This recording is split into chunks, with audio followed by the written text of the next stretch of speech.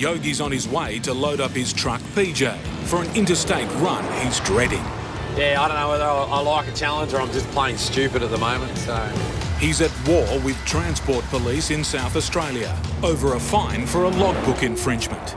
Yeah, I got a court summons. Yeah, I'm a criminal. Look at me. I don't know how I'm still surviving. I really don't know how I'm functioning in the society that I live in. I am a criminal. He's fighting the summons, and he's worried that makes him a marked man when he crosses the border. It'll make me nervous going into South Australia. I tell you, I'll be like a mangy dog hiding behind a shady tree, you know. Especially with an unusual load that could easily attract attention. Rightio, mate. What are we looking at, Phil? Tractor? Super 90. Yep. Oh, Super 90. No worries. Yeah, righto. Yeah, nice. We'll drive him on. Good to go, Phil. The vintage tractor is the first piece of a load Yogi will take from his home base in southwestern Australia, 3,500 kilometres across the Nullarbor, through South Australia and into Victoria.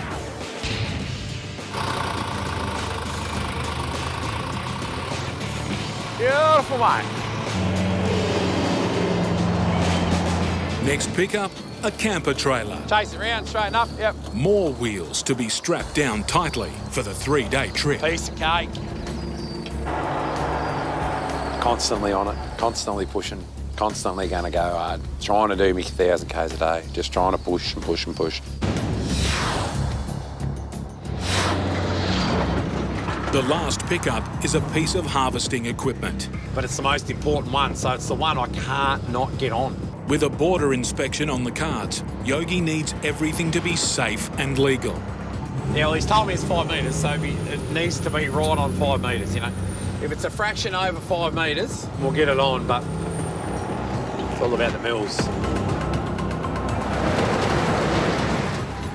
Farm machinery travelling interstate requires a quarantine inspection to check for disease and pests. There's a snail problem at the moment, so it's got to be cleaned. So tomorrow morning I've got to book in with the Ag Department in Esperance to visually inspect the machine, and then they'll sign off it and give it an Ag importer's certificate, and then we can take that with us going into Victoria. So I'm not too sure how that's going to go. I'm hoping it's clean. I'm hoping the machine's all right.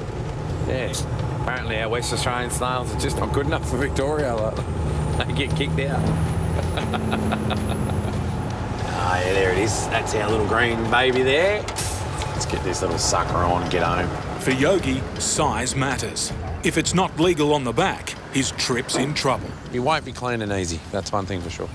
And on first sight, things don't look promising. Bit of an ugly one, this one. The tropical top end of Australia. Exotic, remote, hot, wet and dangerous. 1,000 kilometres from Darwin, on the edge of the Gulf of Carpentaria, is the mining outpost of Nullarbor. Hard to reach at the best of times. Impossible to get to when the summer rains hit.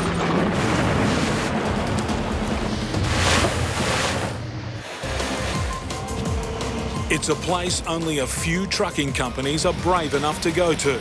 When Malcolm gets here, he can sign that. Jocelyn Dunning's Nighthawk Transport is one of them. It's starting to rain, so they've put a limit on the road. Jocelyn owns the company and makes all the decisions about who goes where and when. Could you call me back, please, regarding the Central Arnhem Road? She's scrambling to get permission to send her triple road train to the remote communities. In regards to the road conditions. The only road in has 700 kilometres of dirt. It's damaged and there are weight restrictions. We were wondering whether we'd be able to apply for consent to run 2 in. Without permission, the trip's off. They're not going to be heavy. If the rain starts, it could be off for 6 months. Hi Vicky, it's Joss from Nighthawk Transport. I was wondering if Phil Harris was available, please. Jocelyn needs to get an answer soon, or risk letting down loyal and valuable customers. Can't get hold of anybody. Out in the yard, it's full steam ahead. That's 9s across, mate. Jocelyn's son Lloyd will be the driver. Yeah. He's fresh back from an encounter with a 3-kilo bush turkey. Bush turkey just decided to jump out of the trees there and just about come through the windscreen, eh? There's around 50 tonnes of supplies booked on his triple road train, including a fishing boat. It'll be a totally different colour by the time it gets there. Be a nice shade of red, I reckon, eh? While Lloyd's almost ready to go, back in the office, Jocelyn's still getting nowhere. Hopefully somebody will ring me back, or I'll try them again shortly and we can get some answers. We are cutting it fine. We'll fill this out anyway. Another concern is the weather. There have been heavy showers along the red dirt road, and the sky is turning ugly. Worst case scenario, Jocelyn gets her truck in and can't get it out for 6 months. Steve Graham, a man who loves the highway, the open spaces, the freedom of the job. But not today. This yard's getting tighter and tighter. Sweating it out in the heat, wind and dust. Love the dust, love the wind. Great day for it. Roscoe just said to me then, he sort of doesn't mind. He and his longtime driving mate Slick are in Alice Springs, in the middle of a logistical nightmare that's threatening to cost Steve a lot of money. So I'm guessing we aim at basically loading all 3 trailers together. Steve's a truck down. A few days ago, while Slick was driving, the engine blew up. The top 3. It's costing $50,000 to get it fixed Doesn't matter.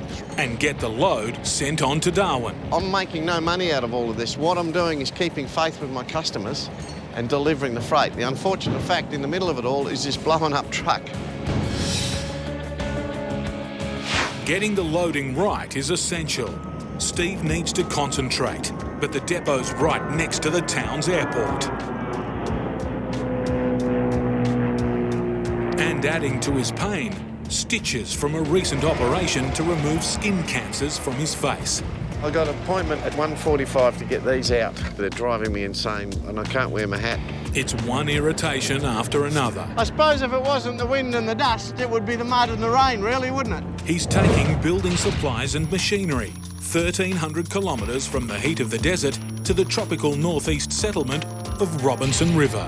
There's fires all round. There's fires, there's dust, we really and truly could use some rain. And there's another complication. I don't even know, really, which road I'm taking. He's only ever been there once, years ago. You got a spare pair of glasses? Haven't heard about the road yet. I have heard it takes 7 hours to do the last 50 kilometres, so there might be some good news. After a quick trip to the doctors, Thank you, mate. Much appreciated. No worries. Steve and his new companion Bella are ready to head off. There is no doubt about that. The little Bella from the suburbs is now a fully fledged truck dog. It's going to be interesting, not the start but the finish. I've got 167 kilometres of real mongrel dirt apparently at the end going into Robinson River. And the words of the local up there is, you take the stuff out there, we're not taking our trucks on that road.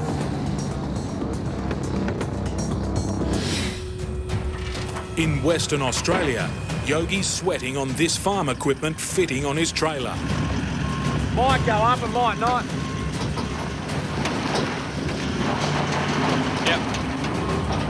Yep.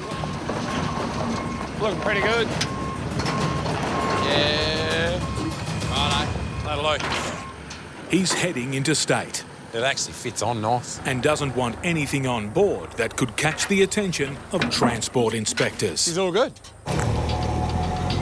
The freight is on. I'm very relieved, man. It's a nice little sigh of, yeah, we've done this.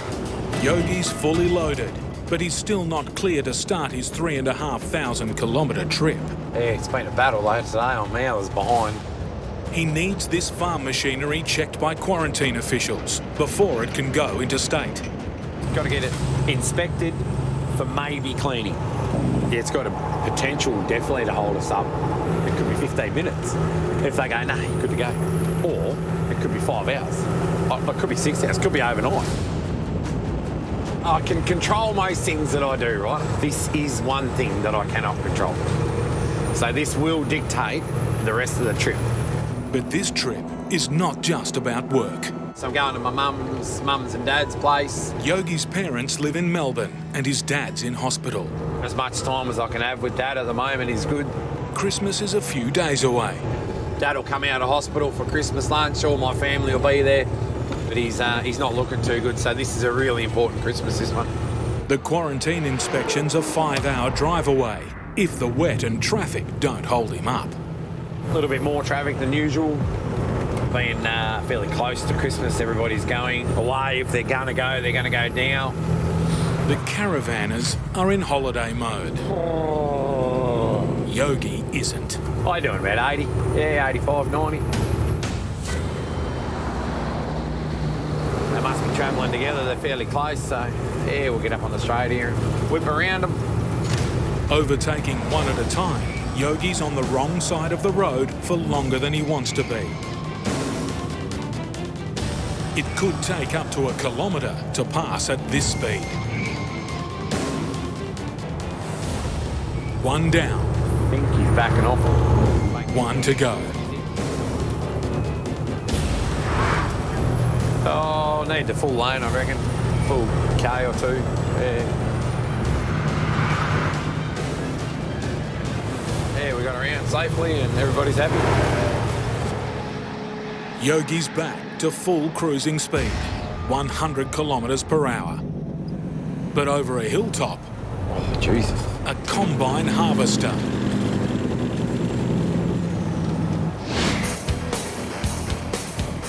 In Darwin, Jocelyn is trying to get permission to do a supply run to a remote community 1,000 kilometres away. So it's just general freight. There's nothing major on it. How many have we got all up, James? A 200-kilometre stretch of the dirt road is in a bad way, and weight and axle restrictions have been enforced.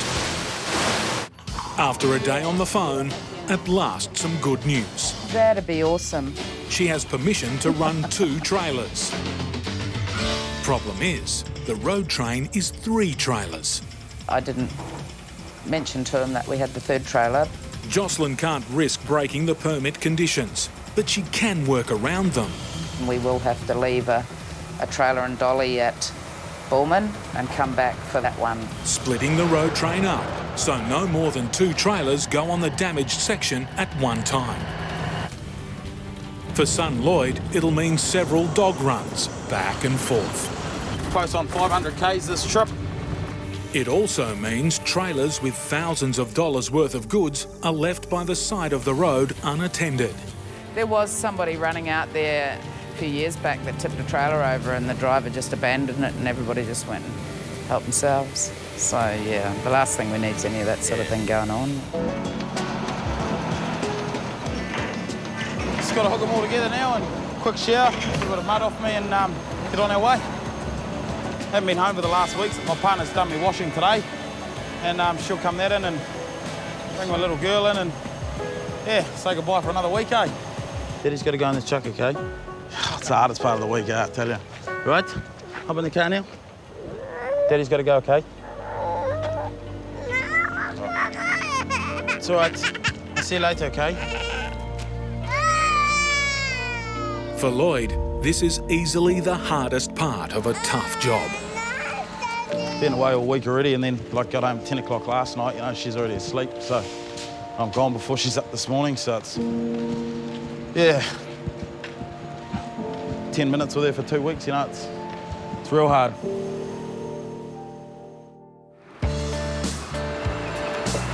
First day, and it's a grueling 10-hour stint alone behind the wheel. There have been early signs that the wet season may be on its way. Yeah, during the night we got a bit of rain there in Catherine, and by the sounds of it, it's sort of come from over east, sort of the way we're heading. So the start of the road could be a little bit damp, make things interesting.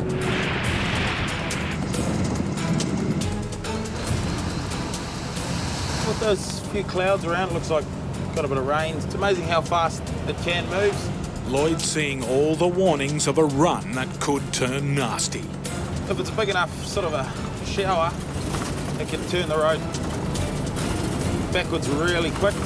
Yeah, pretty black clouds over there. In the dusty desert heat of Alice Springs, it's been a frustrating day for Steve. It's good to be out of the yard. But he's finally where he wants to be, behind the wheel. Excruciating's a good word.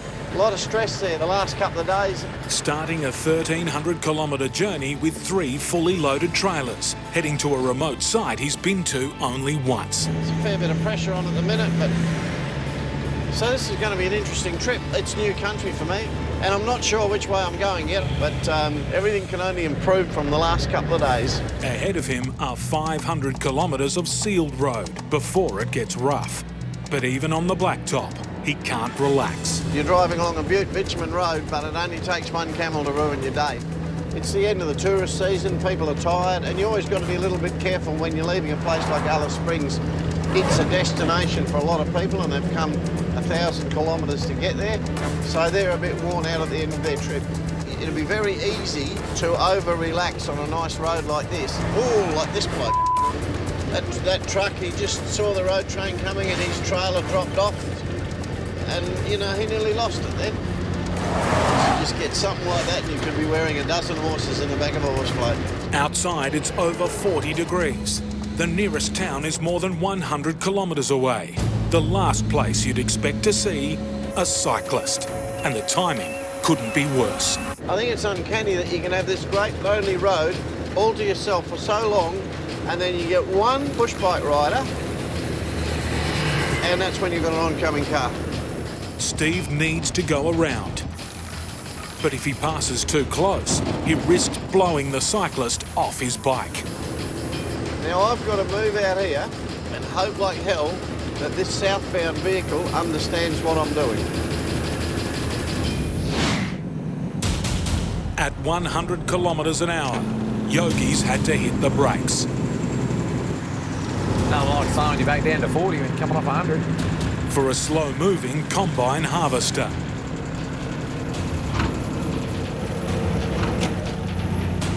Yeah, couldn't see him round the corner. Flick everything on Jake's, foot pedal, brakes, the whole lot, you know. Been this little while for you, mate. Hey, good job, mate. Thanks, bud. Thank you, thank you.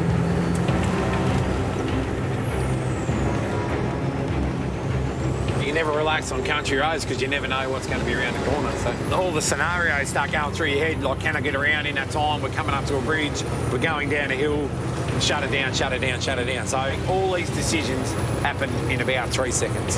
Yeah, she's pulled her up, went from 95 to 40 in about 2 seconds, so big girl done all right. But she done okay. It's a good job. Yogi's next stop is a big one. I'm getting nervous about this now. I'm nervous. The quarantine check. What could go wrong? What could go wrong? It could be a 15-minute stop, or it could bring the whole trip undone. The moment of truth.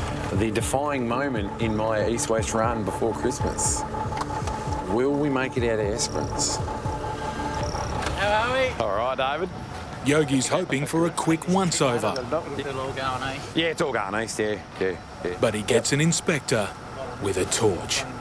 Yeah, I wasn't too sure whether it's snails or soil and plant. Soils and plant. Okay. Yep. Up in here too. A little bit of straw in there, yep, for sure, bud, for sure. Next, Yep. they're ordering Yogi's trailer into the cleaning bay. Yep, no worries at all, Dave. Come back and have a look for you. Yeah, that's fine. Champion. Good on you, mate. We'll see you a bit later on. Yeah, it's exactly what I thought. There's a little bit of plant material underneath on the cutter bar and a few other bits and pieces, so it's got to be clean. So, yeah, we'll go and see the boys back on the wash pad and make it happen. This inspection's not going well. There's some chaff in the drum, so just got to blow the drum out. So, yeah. Be just... Next delay. They want the machine removed from the back of Yogi's truck. Just going to take the front off the trailer. Just put it on the wash pad. They can get around it then and it's easy. Yeah, it's another hour. Yeah, it's all good, you know. Yeah, bugger me. That's pretty bad, isn't it? That's the problem. It's just full of straw in the middle of it. So that's a pretty good find by these boys to pick that up. And now, more scrutiny. More time lost. But worse, the inspector has another issue. The vintage tractor is in his sights. Everyone else, yeah, tractor's going not to Victoria, so all good. Doesn't matter. Where's it going to? Queensland. Queensland. No, they can do that. Right, it's going. Well, It's going to Queensland, but do Victoria's regulations apply? it's a vintage tractor anyway. It's going to be restored. Transport of contaminated things, vehicle movement. No, I'll give it to the bloke that owns it. Not my responsibility, he owns it, eh? Eventually, he gets the all clear. Right, mate, that's it. Thanks, Dave. Have a good Chrissy, mate. Good on you. Thanks, mate. See you later. Right, we got the certificate. Stamp at the bottom. We're good to go. At last, Yogi's heading east. Right, let's go back to work. Ahead, a 1,000-kilometre trek to the South Australian border. Then the part of the journey he's dreading. Heading into Enemy territory. Yogi believes his logbook dispute with Transport Police there will make him a marked man. Yeah, feel a bit of pressure arising. You just feel the nerves starting to build, you know.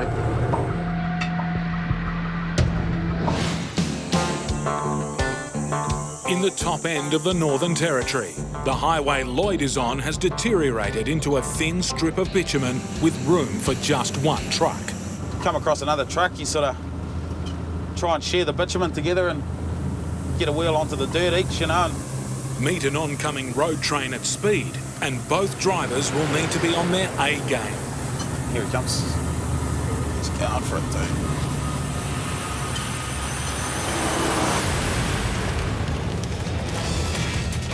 What little bitumen there is about to end. We're down to about 20k already, so could make for a long day out there on the dirt. He's deep into wild country now, with roaming water buffalo and feral donkeys with no road sense. Another one just over here. And there was one morning, we were poking along the track out here and it was still in the dark out. 3 or 4 of them decided they just wanted to run out in front of me, and I thought it was quite funny at first until got about 4.5 k's down the road and they just wouldn't let me get around them. Late afternoon and the rain hits. You just have to be right on your game all the time, and get pretty slippery, if you get a lot of rain in a short amount of time. Lloyd starts to worry about the worst case scenario. If the weather really goes backwards in the next couple of days, we could have lots of fun getting out of here. They could even possibly close the road, put a 8-tonne limit on it, which means we can't travel on the road at all. Heavy rain, and now nightfall. We're going to be bloody lucky to get back out of here. Lloyd's reached the restricted zone. Here, he'll break up his road train. Just going to find a nice hard spot to drop me back 2 trailers. It's a lonely job. Yeah, it's starting to get a little bit damp out here. Everything's covered in a bit of mud. Hitching and unhitching trailers solo in the dark. Nice bit of rain to cool it down a little bit. It's cooler, but more dangerous. Last little bit of rain, probably almost 24 hours ago, maybe not quite, which dried out a fair bit during the day here, but now we're going through a fair bit of rain now. There's a lot of water sitting on the road. He's in the centre of a tropical storm. The road's sort of deteriorated a little bit. Visibility is drastically cut. The road is hazardous. Just making it quite nice and slippery. Lloyd has a punishing night ahead. 100% concentration at the moment, just stay in the middle of the road best I can, stay away from the table drains. A few corrugations and patches. Won't take much, just one wrong little move. We could end up bogged. On an outback highway, a lone cyclist has forced Steve onto the wrong side of the road. Now I've got to move out here and hope like hell that this southbound vehicle understands what I'm doing. We We have that little bit of a traffic jam and then the road goes back to empty. And Steve wasn't the only one giving this tourist a wide berth. It's a good thing that the bloke's wearing an orange vest, you know, because it gives everyone plenty of vision, plenty of idea of what's going on. My luck, someone will come along and say, hey, what do you think you're doing? At his next stop, finding a legal park when you're more than 50 metres long can be difficult. Here he'll drop a trailer. So here's the story with road trains. If you want to unload one, you've got to split a couple off, so that's life. And then head northeast, 800 kilometres, to the Robinson River settlement hidden in the wilderness. Robinson River is way out nowhere. Last-minute orders are being squeezed on. What's in there? Tin food. Not enough of it. It's better for them to stop us now, and we put this time in now, so they've got everything when it gets there. I would like to think that from this point onwards, we're going to Robinson River. As I said earlier, the stuff's got to go there. You get one crack at getting to a really remote place. So if you're in remote area trucking, that's part of the deal. Next stop, Robinson River.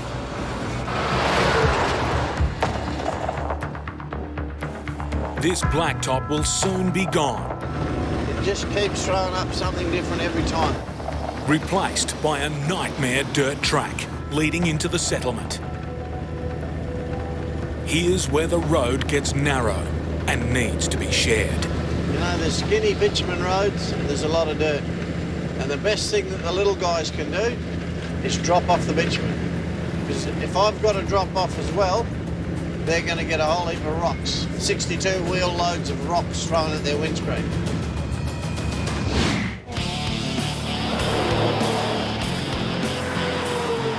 In Western Australia, Yogi's about to hit a notorious stretch of road. We are starting the Nullarbor. Nearly 1,000 kilometres of the Nullarbor Desert Plain to cross before he gets to the border of South Australia. You just feel the nerves starting to build, you know.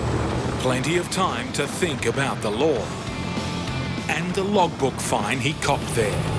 I'm either really, really adventurous, so I'm a complete and utter fool, but anyway, I'm fighting it. If you don't stand up for what you believe in, you'll just get stood on. I've had a gutful, to be honest with you. I'm sick of being treated like a criminal in this industry, like a mangy dog. Heading back, Yogi can't help but worry he may be a target. I'm concerned about the authorities. I'm concerned about South Australia. I'm concerned about going back over the border. They'll roar at me pretty hard, I reckon.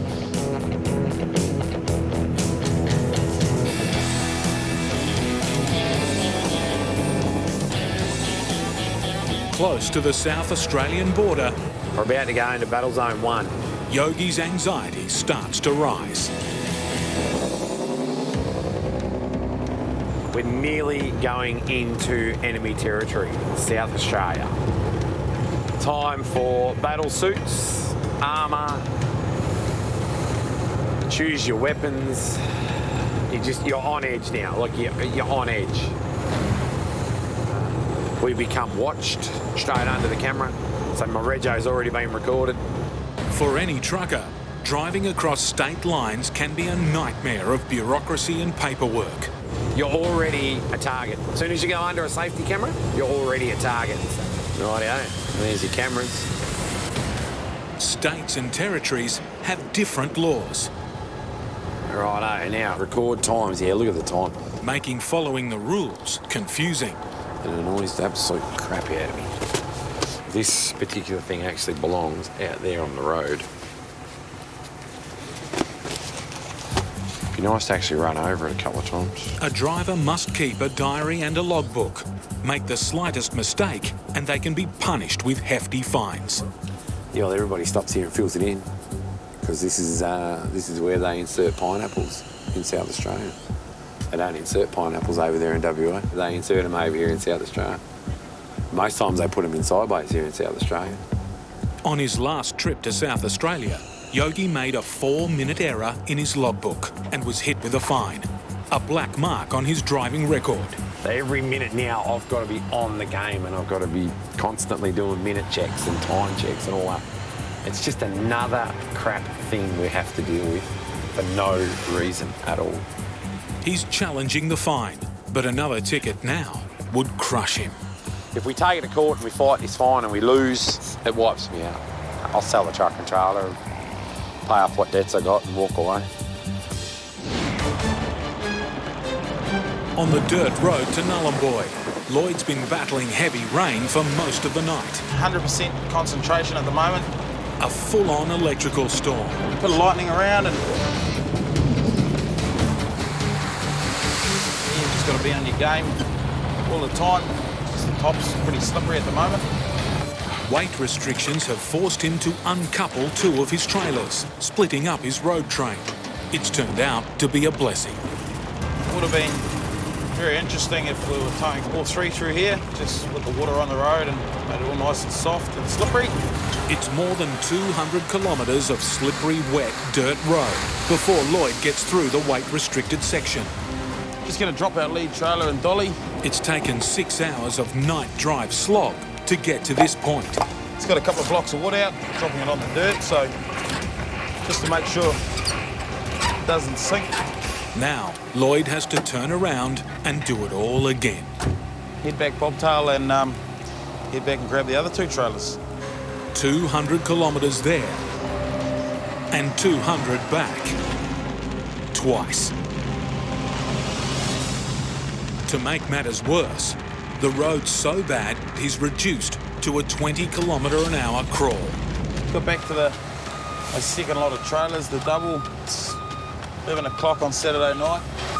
Back onto these two, pulled up a bit of air and wander around, check the straps and tyres and everything before we poke off and head back towards where our single trailer is. After an exhausting run, Lloyd's ready for some rest. Coming up behind the single trailer we dropped off earlier. Just sort of well up behind it here and time for a bit of a camp, I think. It's been a pretty long day today.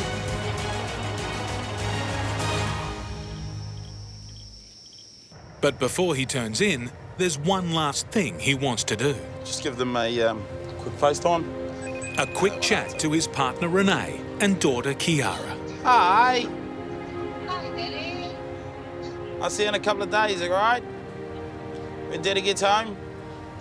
Well, I'm just about to head out, so talk to you tomorrow night when I get out back into reception. I love you. She's sort of, the last couple of months, just sort of got used to me not being there a lot of the time, and she finds it hard. Get used to me not being there and sort of almost forgetting she doesn't have a dad. The next morning, it's Sunday breakfast in the wilderness.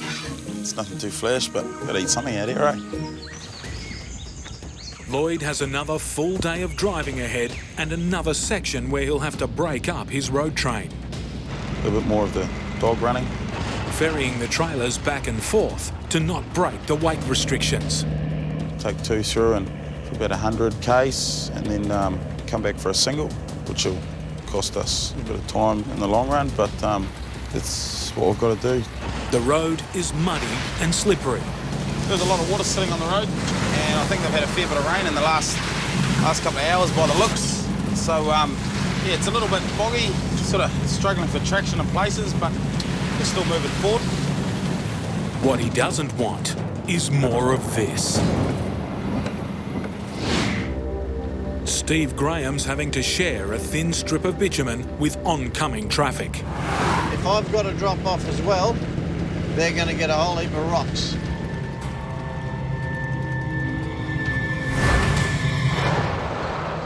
Fairly often you get drivers that are new to this sort of country who feel that, you know, they've got a right to half of the bitumen, which they certainly have. Then they discover by claiming that right, by sticking to their guns, that they've got a windscreen full of rocks. Where Steve's going, there's no mobile coverage. This is his last chance to check voicemail messages. My phone had about 40 messages on it, and we've got a change of plans and a change of destination. The client isn't ready yet for delivery at Robinson River. It must be very frustrating for them, but it's also very frustrating for me. I've just about had enough for today. He'll have to unload in a town he's unfamiliar with. It's not going to be much fun unloading this lot by myself. I might get lucky, there might be someone there that'll lend me a hand, but pulling those food boxes and toolboxes off, things like that's going to be a bloody nuisance. It's a complication that could add hours to his turnaround, and time is money. There's always a little bit of stress going into a place that you don't know anything about with a road train. It just takes a bit of time doing it yourself. It's all the racking and stacking. That's the business. Righto, there's a sign. We turn right here. This is where we said. There's some trucks. It looks like the right spot. At Borroloola, Steve arrives at the drop-off. To unload, he'll need help. Yes, I can see dog holes and dog shit everywhere. It could be dangerous for you, belly.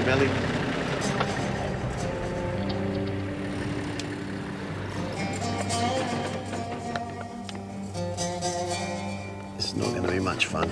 It looks grim. Until help arrives. Or I push it all onto yours, which with a forklift. And I've got to do the right thing and do this as quickly as possible because I'm in his yard. You've got to get it happening and get out of their way.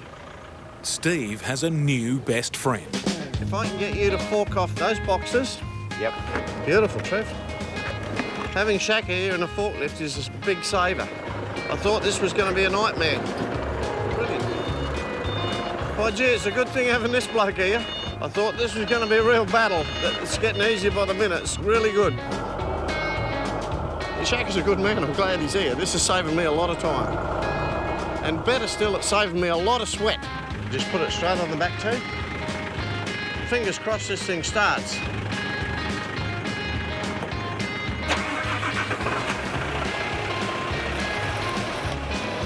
Those flat batteries could have been a big drama. Without me mate here, we would have been in big trouble. After 4 exhausting days behind the wheel, Lloyd's on the last leg of his epic supply run from Darwin to Nhulunbuy. Keep your eyes on the road and just make sure you're sticking as close to the middle as you can and watching all the holes. Yeah, it's a little bit boggy, sort of struggling for traction in places. The load is taking a pounding, which means he's having to make regular stops to check everything is secure. Everything seems to be all right, yeah. Nothing's really moved, so everything seems to be travelling bloody good this week. At the back is the brand new boat that was loaded in Darwin. It's got a new colour to it, yeah. Nice red tinge, otherwise it's travelling bloody good. Soon after dark, the first signs of civilization. Yep, just rolled onto the bitumen. The moment Lloyd savours every time he does this run. Yeah, it's a pretty good feeling. All the freight's still in pretty good nick. Good to finally be here.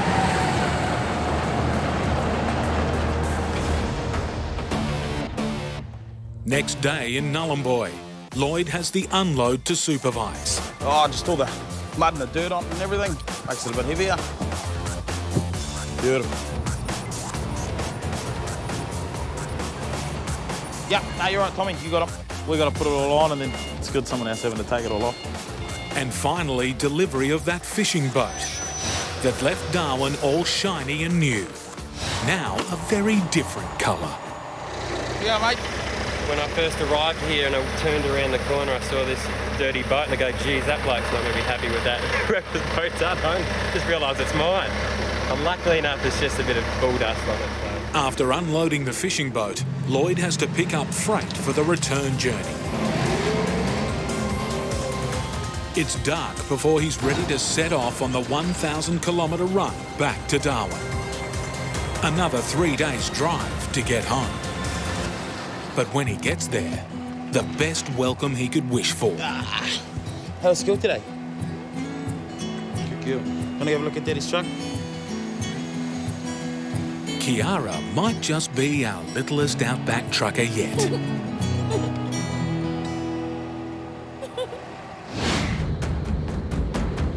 Yogi has crossed into South Australia, where the Nullarbor runs into the sea. This is nice. You can see a little bit of the water here. But he's getting ever closer to a possible showdown with the authorities. Why am I sweating? This is where he ran into trouble on his last trip. Other truckies are warning transport police are on the hunt. Just doing a Captain Cook, mate. Yeah, just checking your book as you go, mate. So, yeah. brother. Oh, yeah, otherwise it'll be another $120,000 for a 4-minute infringement. Yeah, mate, they're running the market. They continue to go. Merry Christmas and be safe, buddy. Right, mate, champion, eh? See ya. Well, it seems like our friends are out there checking logbooks. I am now the mangy dog that's in the lion's den. It's not just his logbook Yogi has to worry about. Just rolling in the fruit fly checkpoint, so these lads will want to know if we've got any fruit and veg in here and where the freight's going. It's the agricultural equipment on the back. He has the certificate stating it's clean to cross the border. But quarantine officers from the new state can make their own inspection. So I didn't eat all my bananas, so... Hey, mate. How you going there, Marty? They were crap. No worries. Oh, Victoria. Yep. Good on you, mate. You have a good day, mate. See you later. Yep. Yeah, should be good. Enjoy Chrissy, eh? After all the trouble Yogi went through to have the load cleaned, no one here even bothers to look at it.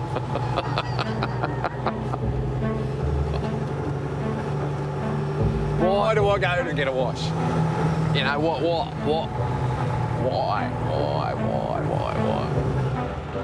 It seems like a good time to stop, fuel up and clean up. But Yogi's timing couldn't have been worse. Across the road, transport police. If Yogi's a marked man as he fears, they've surely spotted him. They're circling and heading straight for him. He's going to come and have a chat.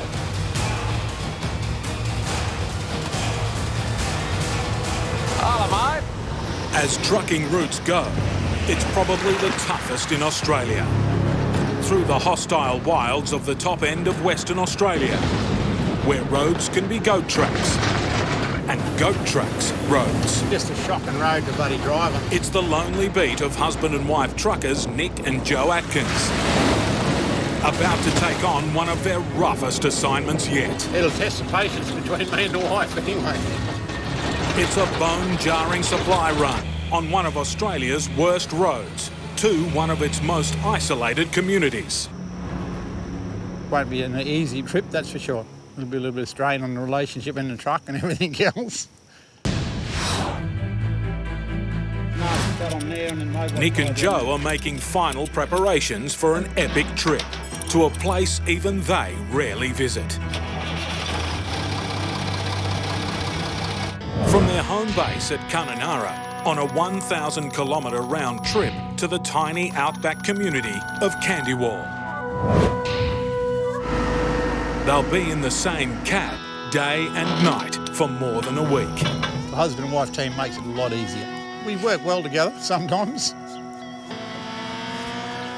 With the tempers, well, I could mention a few things that shit me, but we won't go into them. But no one was laughing on their last trip when they blew their engine. He's straight back up again, 120. A hit that shut down their business for months. That's not good. We lost a bit of work out of it. Hopefully this new motor we get another 1,000,000 kilometres out of it is what we're hoping for. The replacement engine set them back $15,000. Checking all on new engine. She hasn't used any yet, so which is good. It's reconditioned, not new. And this next job will be a brutal test of whether it was worth the investment. If it's a good motor, it should handle it. If it doesn't, it's a crappy motor. This is the sort of trip that we sorted out. A lot of strain on the engine. The load for this trip is a small house. 14.5 metres and 3.4 wide. A portable building known as a Donga that will become a much-needed schoolroom for children shut off from the world. Right, that's done. It'll be hauled over 500 kilometres of terrible roads. If they do break, all the glass won't be all over the floor.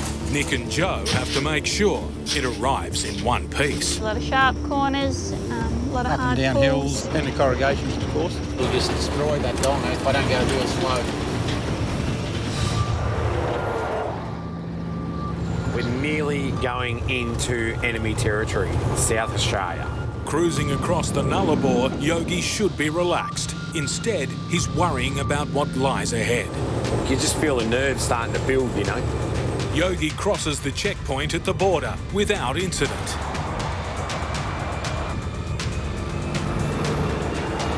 Then makes a pit stop. One he immediately regrets. He's going to come in and have a chat. It's what Yogi was dreading from the moment he left home. Time for some fast talking. You know, my last work diary infringement was 15 years ago. They're officers from the National Heavy Vehicle Regulator. When they come over, you're sort of thinking, oh, yeah. Oh, where you going, buddy? Yeah, don't feel on your way. Yeah. No, we're trucking along. Like, No connection to the South Australian Police Unit, who booked Yogi for his driving hours infringement. Oh. So I've got a black mark against my name now, which just gives me no confidence in South Australia. A different force, but they could still make life difficult. It's a time discrepancy, you know, and I was on Vic time as well, and he was pulling me up on SA time, but after a few nervous minutes, it seems they really did just come over to say hello. They are a bit frustrating to deal with. Perhaps now they're wishing they hadn't. I was in the right fatigue hours and we're all that type of stuff. It wasn't 1 o'clock in the morning, you know, at 7:30 in the morning. I was standing there in shorts and thongs and thinking, oh yeah, look, it's going to be a great day, we're going west. It turned out to be a pretty bad day. He goes to me, Glenn, you are clearly in the wrong. And I was thinking a rap over the knuckles. If it was minutes infringements, I was thinking a rap over the knuckles. So it's the worst fine you can possibly get. You've not only poked the line, you've gone into his cage, tipped his water bowl upside down and run away with his food. Right, have a good Chrissy. Yeah, no worries, good on you. We'll see you again. Yeah.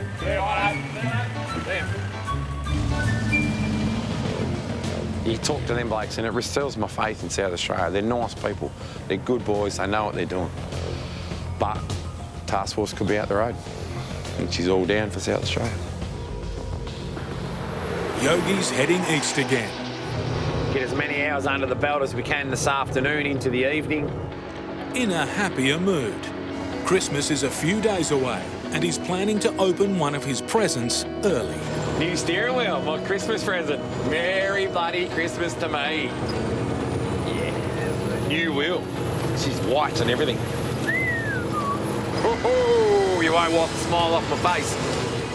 He's also got a family get-together planned in Melbourne and a long-awaited reunion with his sick father, Dallas. I bet he's got his load of washing again. He's always got his washing. Dallas has dementia and is cared for by Yogi's mum, Tina. To have Glenn home for Christmas and his family with him will be one of the best things ever. His dad hasn't been too well the past few weeks, and this is the thing that's kept him going, knowing that Glenn, Amanda, Jack and Lucy were coming home. Dad's pretty crook. Like, there's no two ways of putting it. I've seen him 3 weeks ago, and I've never seen him so sick. It pains me to say, but this is probably it for Dad. You know, we probably won't see him next Christmas. Married truckers Nick and Joe are ready to set off on an Outback trek that will be one of their biggest tests yet. Rightio, dear, here we go. Back into it again. They're about to farewell civilization for more than a week. If I don't send this quick email now before we get out of phone range, and people are like, why didn't you respond to my email for the last 10 or 14 days? Nick's worry is that hauling a building this size might be too much for the new engine. It's proved itself, but you know, I'm still a little bit hope she does it. It can't be any worse than last time anyway, put it that way. For the tiny community 500 kilometres to the north, its safe delivery will be a big deal. Really, the community's been waiting for this Donga since 2012. They started trying to negotiate, I think, with the government about getting their school building up there, and it's taken them that long. And then it was so close last year. I think it was so heartbreaking when we broke down and then we couldn't deliver it on time. So this job's been hanging over our heads for maybe 10 months now. So the community's been waiting for years to finally get this project happening, and it'll be a relief to get it there, and I'll just be so happy to see it all set up and done for them. The road in there is pretty bloody horrid, actually, always is. But it's just, narrow, gutted bloody thing. One car track, basically. You're pushing to get 2 cars past on it. Bloody, here comes the dirt. Here's where it all starts, just getting the dirt the rest of the way. This is the last moment that we'll be going this fast for the next like 10 days or something, so. Enjoy that nice, smooth, no rattling, no nothing, because we're going to get it in a minute.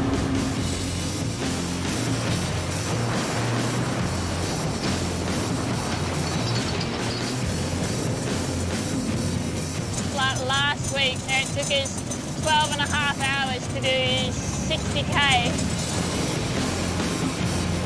With 42 tyres running on a road this rough, the odds of a flat increase with every kilometre. Sometimes we can have a good run, we'll do one or if any, and some other times we can just do 5 or 6 times. They've been driving for 10 hours, the last 20 kilometres on dirt. Daylight is fading fast. Up ahead, their first river crossing. This will make camp and cross that in the morning, I reckon. With nearly 30 tonnes of freight and 2 trailers to drag through the water, it's safer to cross in daylight. And there's another good reason to stop. Our first flat tyre, the first 20k of dirt. Well, that will be a morning job.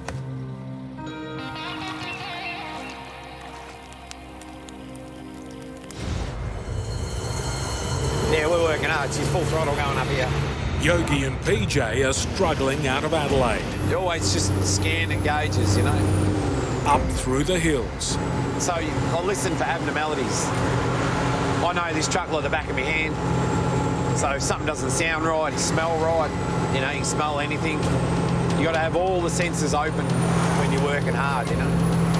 5.5 kilometres of low gear strain on a gradient that, in parts, is close to 10%. She loves to climb, the big girl. He needs to keep the hammer down and his speed up.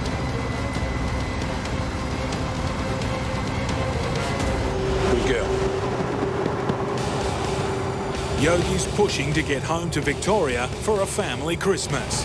Any family time that I can get is precious. A reunion with his sick dad, who inspired him to go trucking. Dad was a massive teacher and a massive role model for me. I spent every minute of the day with him whenever I could, you know, and I'll probably give him the shits over the years and just being in the truck and asking a million questions, but he was a good dad to us, you know, and I appreciated every minute of the day I spend with him, you know. While he's eager to see his dad, after a 3,000 kilometre slog across the continent, Yogi's taking no chances with his truck. It needs a service. The play test is all the brakes, bearings, suspension, everything gets worked, put under maximum load. If there's nothing wrong there, it's actually...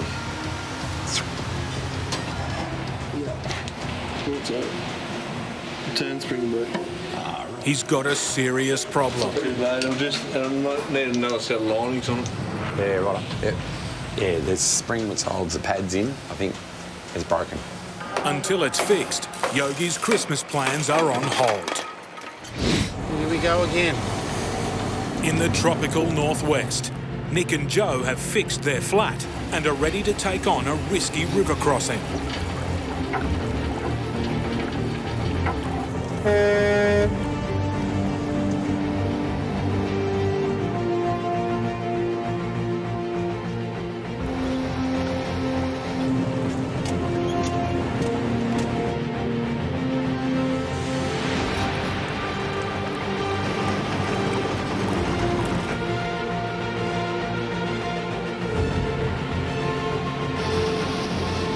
They're safely across, but straight into their next battle. Corrugations, deep and endless. The classroom they're dragging weighs 6.5 tonnes. But it's being bounced around like it's made of cardboard. Just trying to make sure it doesn't rattle around too much and do too much damage to it. Bloody air cons fall off the walls. Yeah, just trying to get it there in one piece. It's just a matter of just poking along steady, steady. They've only travelled 200 kilometres, but already parts are being worked loose. Bash it! Time for Jo to show Nick what she's made of. Jo's good, she gets stuck into it and just broke her in so she knows what she's got to do now. Wind legs down, change tyres, jack it up, get nuts undone. Just got to teach her to drive it now and then I won't have to do it. Yeah, do what you can to help out. We work pretty good as a team, you know, and if I can't do something, then Nick will swap and I'll do the other thing, or sometimes I'll be like, no, I don't think I can do that, and he'll be like, well, you have to do it, just suck it up. She does a bloody good job, really. Not too many other women that do it anyway, I would think. Or put up with me crap. We might have words at each other, but it doesn't last very long. Our disagreements never have. You know, as we live and work together 24/7, you just get over it. Right, got it. Next, check if the building's been damaged. Travelling real well. It's been better than we could have hoped, I think, so far. Don't jinx us, dear. Yeah. We ain't there yet, we're not even halfway. Jo has spoken too soon. That's diesel leaking from under the truck. I'm pretty sure it's leaking around with them welds. It's the pounding on the road. It's the constant movement on the corrugation. 500 litres of fuel, you know, smashing back and forwards into each end of the tank. Something's got to give. Fuel stations don't exist out here. They'll just have to push on and hope the leak doesn't get any heavier. Right out while I'm sitting there, it's leaking fuel, so I suppose I better keep moseying on. As long as it don't get any worse than that, it'll be good. When it's gushing out, that's when I'll start to worry. Just one more thing, really, for us that's been wrecked by the corrugations. Back in Victoria, Yogi's efforts to see his sick dad for Christmas have hit a roadblock. One of the springs on one of the pads has come off, so it's not returning. It's going to put some new pads in it. It's an extra delay, but Yogi's relieved. Yeah, I think it's a good find.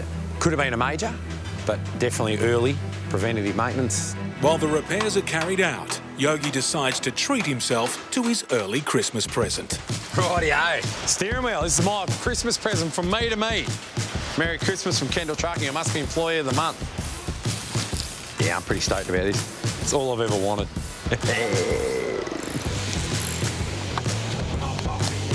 All good? Yeah, check that out. Hey? Oh, look here. Just can't contain myself here. I'm a little bit excited about this. Today is a good day. And there's more good news. The repairs are done. It's 3 hours down the drain, but with a clean bill of health for PJ, Yogi can hit the road and head for his all-important family reunion. Oh, truck's good. Oil pressure's good. I just can't stop smiling with this. I really can't. Bring me the open road. Show me the horizon. Oh, nothing will upset me today. I am invincible today. Shit. Something's just let go here. Oh, what the hell was that?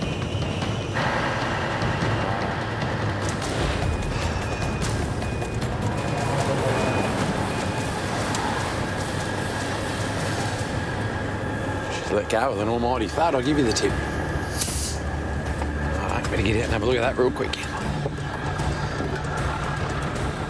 PJ's lost power, and it doesn't take long to discover why. Boom, she just blew that clamp clean off. Hey, she's broken.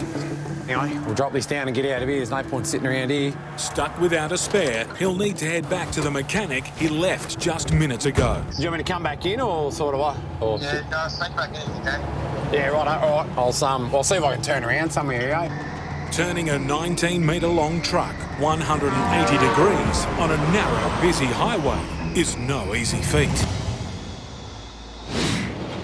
Nick and Jo's truck is leaking fuel on a track that's rattling every inch of the road train. But yeah, as the rough, they just shake the shit out of everything. Just vibration, I suppose. Just eventually something's got to give. Whether it's going to be the driver first or the truck. Most of the time it's usually the truck.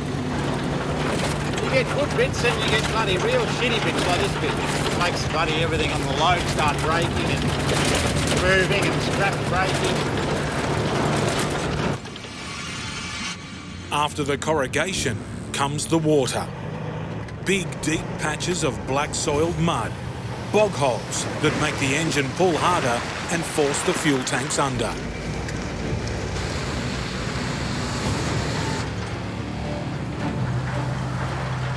Hard to believe, but it's the dry season, the peak period for tourists.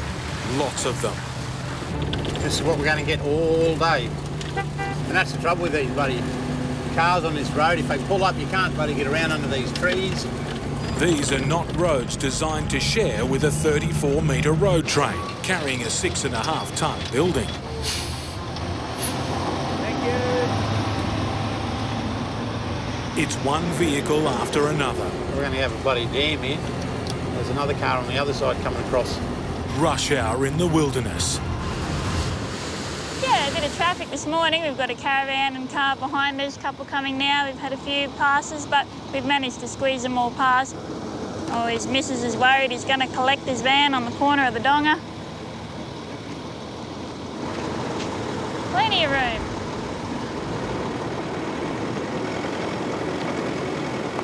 It's all a big adventure for him. The last of the tourists pass, but Nick is left with an even bigger problem. A sandy river crossing with overhanging branches at the other side. I think I should near on fit under that, won't be much, but we'll soon find out. Well, here goes nothing. It's critical he keeps his momentum up. Lose it and he risks getting stuck. He's concerned whether the 4.5-metre classroom will fit under this gum tree, leaning low over the track.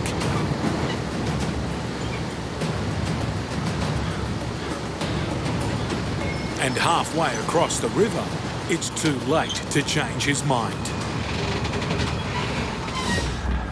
On the roadside in Victoria, Yogi's had a cruel setback as he tries to get to Melbourne for Christmas with his dad. A hose clamp has come off the truck's turbocharger. He'll have to limp back to the workshop he just left for more repairs. It's blowing off turbo pressure, but it's just losing momentum. It's got no go, it's got no pull. All it takes is a quick hose changeover, and Yogi's back on the road and back in the festive spirit.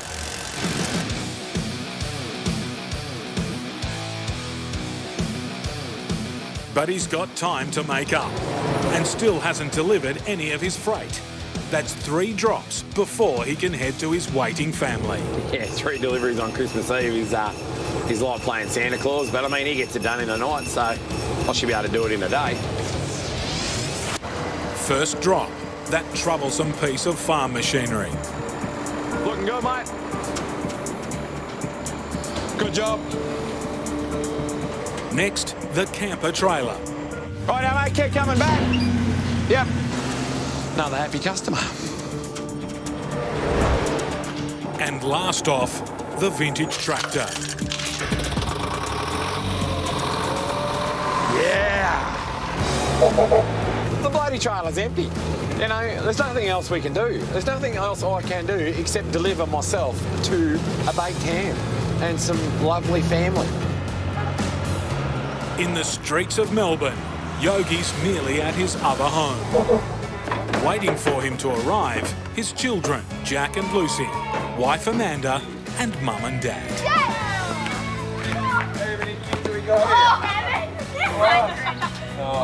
Poppy's here. Hey. How you going? All right? Going good? Yeah. Hello. Good to see you. Yeah. Family are everything to you. They're the ones you walk away from. They're the ones you want to come back to. You know, family is everything.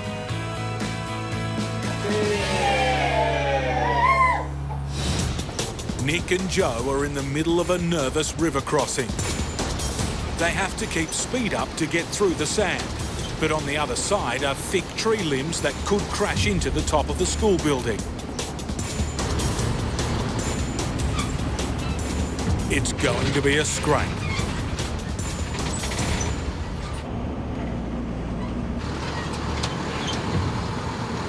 It was bloody tight through there. After the near miss, some worrying hits.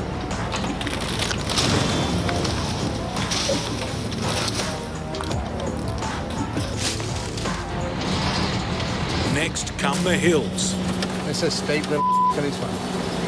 And with a 6.5-tonne building pushing on the back trailer, they can be frightening.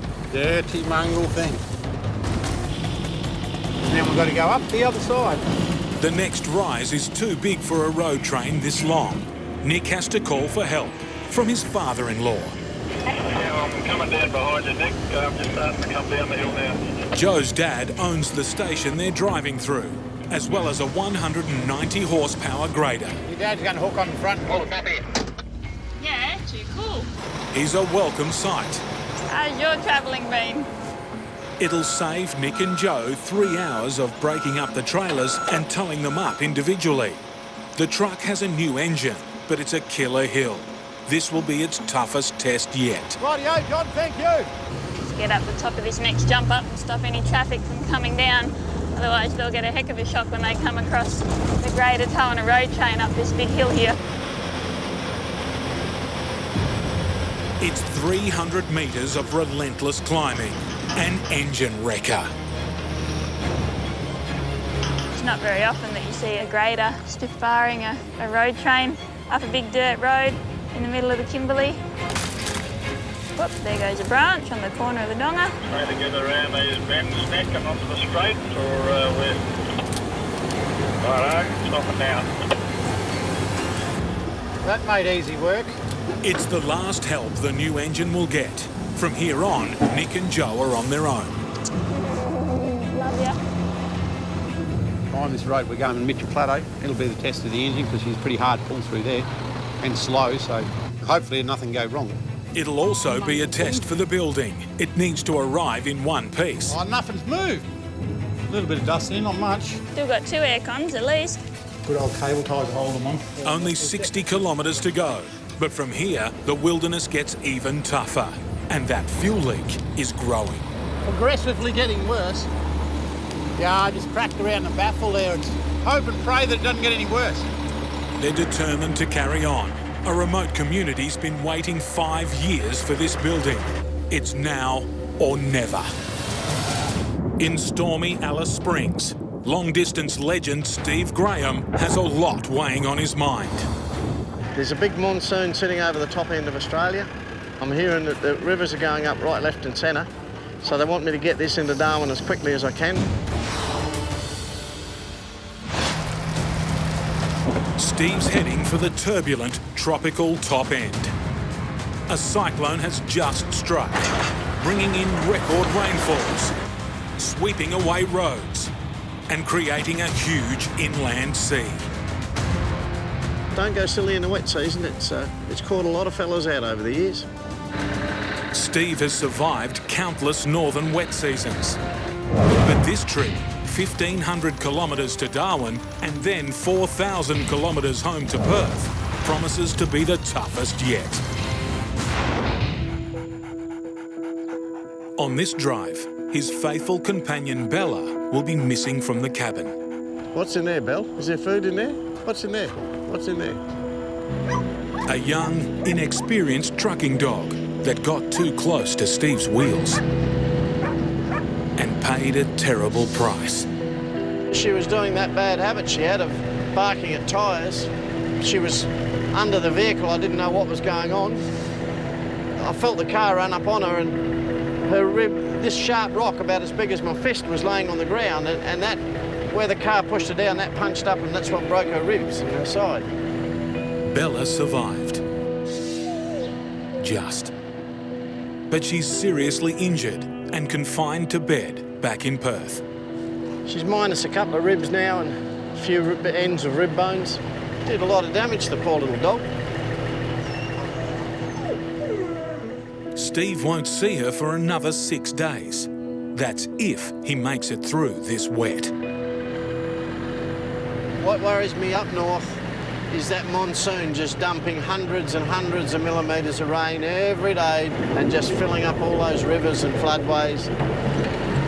This freight that I've got on here on this forward leg's fairly time critical, so I'm going to get on with it, get this load on as quick as I can and get out of here. On this trailer I've got a container full of building product, and these are all windows, very, very valuable, expensive windows. You don't want to put anything on top of it. It makes it shift inside its framework, and when glass moves, it either fractures or it stars or it goes crazy. It's not good. I don't like carting glass, but that's what we've got. So I better get up there and get in front of it before they shut things. As Steve heads off, the weather gods smile on him. But he can't relax. Out here, conditions can change very quickly. Yeah, thanks for that, mate. I'm getting calls that there's water over the road up here. You don't want to hit it at 100 kilometres an hour and start skating everywhere. There could be much more of the same.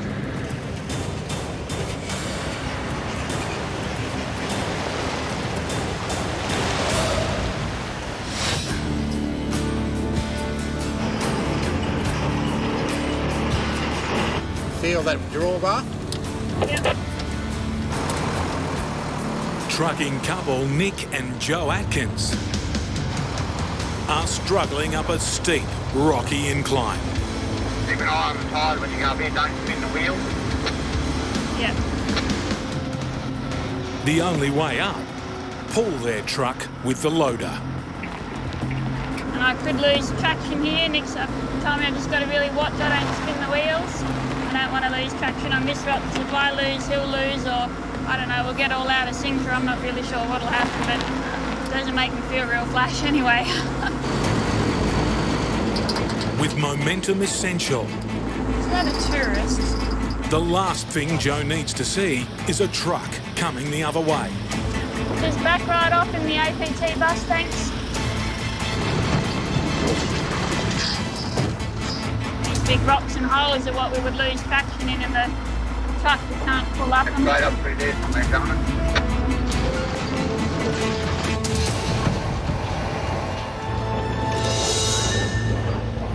A bit of an audience. Beautiful, dear. Did well. See too bad at all. Did well. Oh, Not even really an argument. well. Not even a domestic. Maybe you're getting more tolerant. Time to split up the trailers and make the final run into Candywall.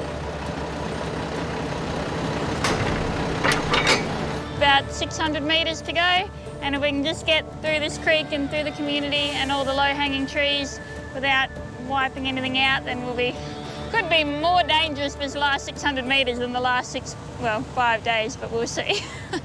We're away. But it's going to be rocky and tight. Just the road's a little bit bloody rocky and washed out. This part here I'm not looking bloody forward to get through.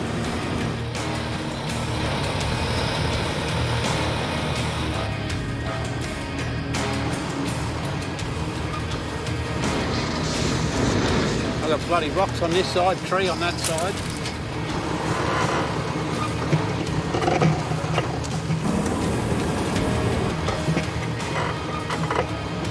Just it's high from where I'm standing.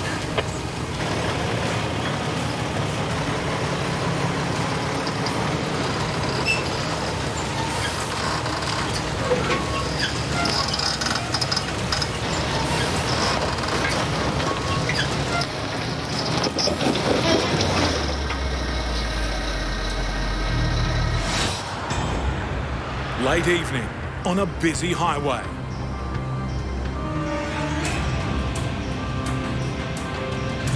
A specialist crew are prepping for a gigantic job.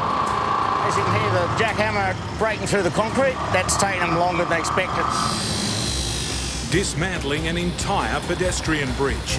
100 tonnes of concrete and steel. It'll then be loaded and trucked to a new location, 100 kilometres away, from Perth to the coastal town of Mandurah. Until they've done the first lift, nobody really knows what's going to happen. There are things that can go wrong. Let's hope it all comes apart the way it's supposed to.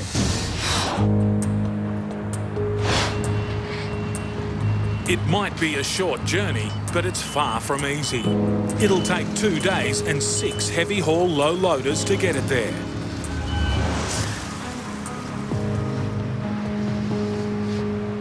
The highway is being widened and the bridge sold. So this bridge is an absolute bargain for us.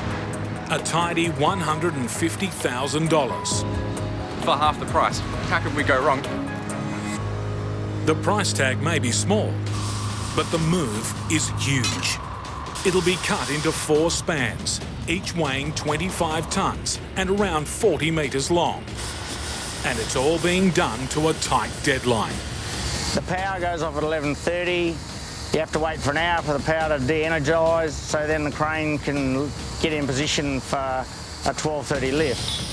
The crew have just a 4-hour window to lift and load the sections. The power has to be turned back on by 5 a.m. Wear and tear on man and machine. We've already wore about 4 cutting blades, cutting it, and then with the poor little jackhammer trying to bust through. And the next part of the job is even harder. Trucking the 4 massive sections of bridge, the 100 kilometres along busy roads. Adding to the degree of difficulty, the trucks are too long to go the short, easier way along the freeway. They'll have to do battle with the traffic in the back streets. Drivers are used to going under bridges, not around them.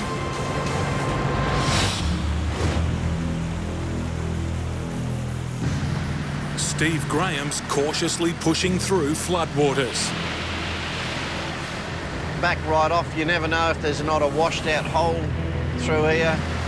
His load of building materials is urgently needed, 1,500 kilometres north in Darwin. It's got a fair bit of flow to it, that water. It's coming down off the hill pretty quick. Record wet season rainfall has drenched the top end. There's a risk the road ahead will be closed.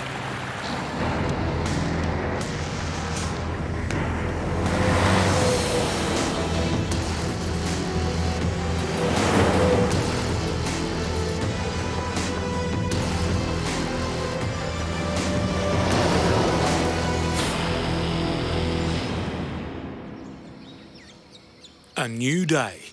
And for Steve, it's a reminder of his missing canine companion. Normally I'd have my little mate jumping out here to have a run around, but no Bella. The news ahead doesn't help. Rising floodwaters. The next bridge past Catherine, the water's nearly up to the bridge. And if it gets to the bridge, they'll shut the road. To beat it, he must push on. It's the wet season. What else can you talk about in the wet season? Rain and how hard it is to make a dollar. With all the distractions, even the best can make mistakes. You know, a bloke's been a steering wheel attendant for 2 days now and I'm starting to lose it. My bonnet rope that I pull the bonnet up with to check the oil, I forgot to take it off the bull bar this morning. When it first came up over the edge of the bug deflector, I thought it was a bloody snake. There was a snake under the truck last night when I walked out to get some gear out. There was a python under the truck. All around him, signs of the big wet. There's a bit of road damage through here from where the water's washed over the road. But Steve's luck is in. The road's dry and the river's passable. I reckon I've dodged a bullet again. There's a hell of a storm out there, but it seems to have swung off to the west. I might have missed it. After a 1,500 kilometre slog, he's made it. With the wet season still threatening, I don't want to hang around in Darwin. He needs a quick turnaround or risk being stuck on his home run. I want to head south and west. The more west and the further south I get, the more water I'm leaving behind me.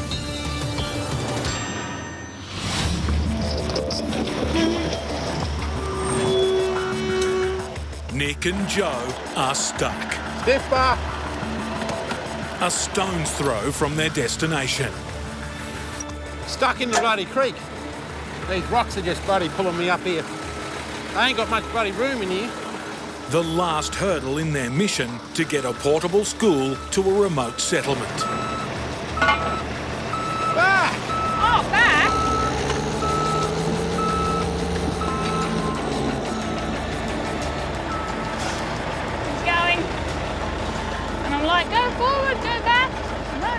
Yeah, sort of slowly veer over that way, not too sharp.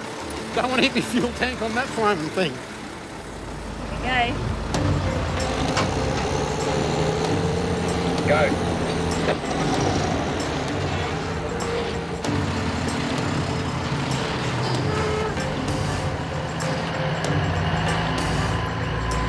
Up there. Happy days, eh? After a mammoth 5-day battle, the schoolrooms arrived. It's here, dear. It's here. Now to check if the building survived the battering of the corrugations. No, it's good. Still all looks in one piece. There's just one more task, but one of the hardest. Getting the 6.5-ton structure off the truck. As long as nothing goes wrong now, we'll be all good. Normally, a crane would be used, Right? but there's no cranes here. They'll have to improvise with the loader and a forklift. Yeah, one on either side, lift it up over the trailer, and then pull the trailer out from under it. Keep going, yep. You're right, straight in there. The pressure will be on Joe to direct the delicate operation. Rightio. What? Yeah?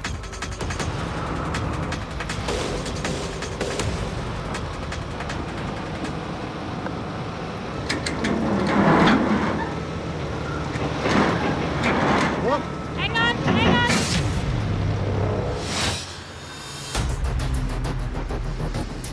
At the pedestrian bridge site in Perth, there's definitely no foot traffic.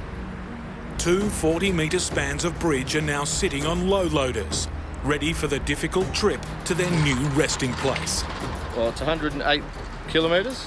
It should take us around 2 hours, 2.5, as long as nothing goes wrong. There's a freeway that will take them straight to their destination, but trucks this long aren't allowed on it. They'll have to do battle in the back streets, with their tight corners and uptight drivers. Alrighty. Andy Southern is used to congested city roads. We're ready to rock and roll. Originally from Manchester, Andy settled in Australia 24 years ago. Traffic will try and get round you. They see a spot or a gap, they'll have a go. So you've got to drive with, 360 vision really, and listen to the pilots. Move over as where we can and try and get people around us. Otherwise it becomes mayhem.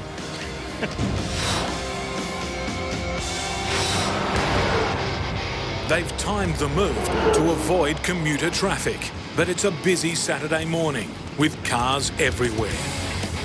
Our pilots are front and rear, so if there's cars behind the pilot, the pilot can slow them down. You get people sneaking through and, because they can't wait, everyone's in a hurry. And even more deadly, other trucks. There you go. That truck there was just pointing out in our lane, so we've had to hit the brakes.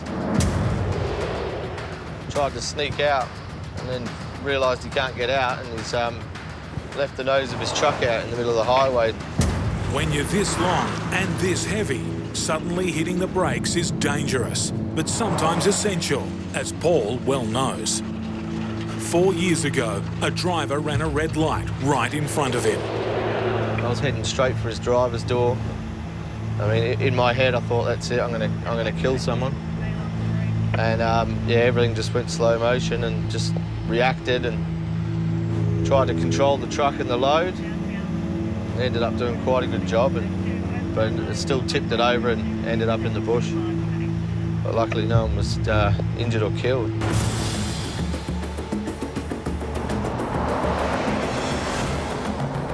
After a 3-hour journey, the convoy arrives at the holding yard. But steering a truck this size off the road and through a narrow gateway presents a problem. It's going to be tight getting in there, isn't it? Oh, it is a bit here, this edge here. Right, we're about to try and get through this gate. It's nice and tight. We've got Andy up there guiding me, so.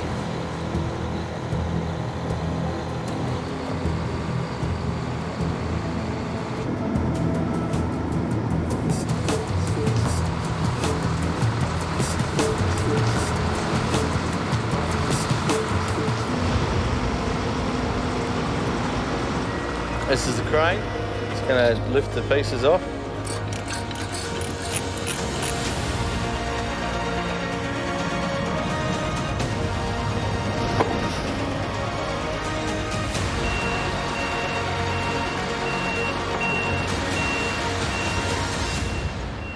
Stop. We got it here, no issues. But today was just a dress rehearsal. The toughest test is still to come. Tonight, work begins on the biggest sections, 5 metres longer and 17 tonnes heavier. Whoop. Hang on. The fate of Nick and Joe's classroom offload hangs in the balance. Rightio, Nick. Beautiful. Yeah, just pull them tyres out. Now to move the truck out, without hitting the forklift or loader. He better not damage my bloody truck. Beautiful, Matty, beautiful.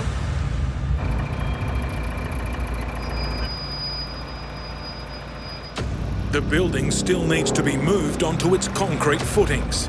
We get one shot at this.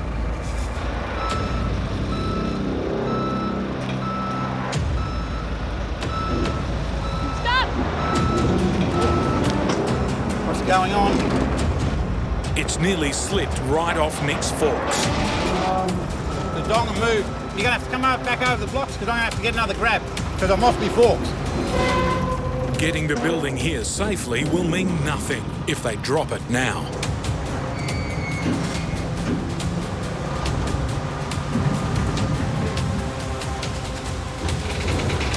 It's on! Beautiful, good job. The classroom move is done and dusted. You know Nick's happy if he's got a big grin, so that's good. Glad to see that on there. Time for a well-earned break. At nearby tourist attraction, Mitchell Falls.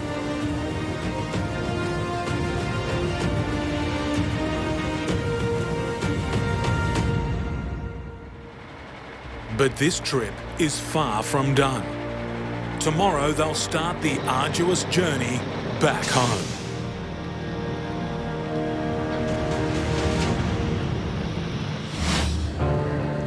In the far north. Well, there's the road down near Broome. For Steve Graham, the highway home is looking wrecked. But I have had a phone call saying that they've got machines going out there and they're pouring a big heap of dirt in that. They hope within 48 hours to get that open. They are only temporary repairs. If there's big rain down there, it'll blow them out. He's hauling oil pipes bound for Broome. Fingers crossed I can slip through these puddles and slide home. With more freight to pick up on the way. It must be going to rain. My knee is giving me shit. It's playing up something shocking. It must be feeling the weather. I'm into it. Straight away, the monsoon threatens. She's a bit wet out there. The visibility is not too good. You just back it off a bit. I hate driving in heavy rain. Driving rain is scary. It's just not worth roaring along at 100 when it's like this. It's bloody silly.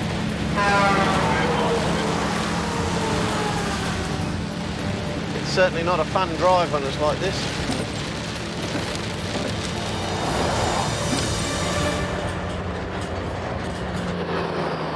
He's made it through. 300 kilometres to the small town of Catherine to pick up more freight. Sort that out this afternoon, we'll be good. But then The road's closed here, the low-level crossing's underwater. Making matters worse, there's no room here for a road train to turn around. Usually you can go around the block or around the rock or whatever. Steve has no choice but to try an unknown driveway.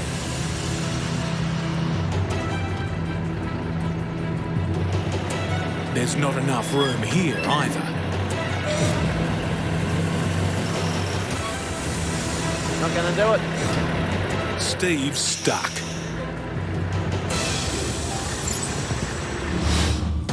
Here goes, the drama started. In the Kimberley, Nick and Joe are also on the way home. Don't start this right now, you mongrel. But the electric motor that controls the loading ramps is refusing to work. Press that button, dear. Just keep pressing that button.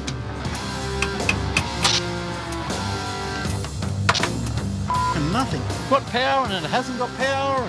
Well, that is going to be a right pain. Time for a little bush ingenuity.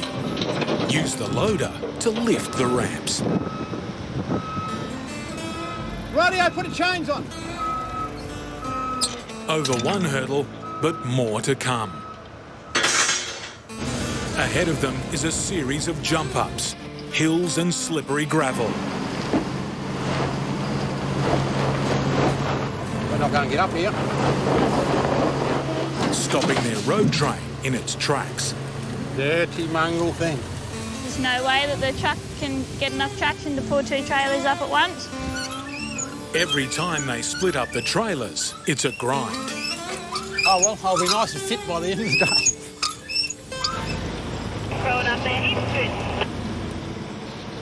We've done a cracking maybe 4 kilometres in almost 5 hours this morning, so... Over the next 2 days, things don't get any easier.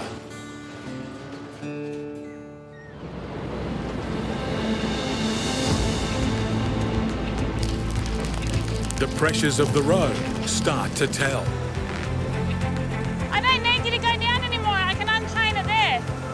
What? When you go back, hang No, on. I need to get the bucket right down because I don't think it's going to go past the ramps. Bloody hell, I can't go back any further.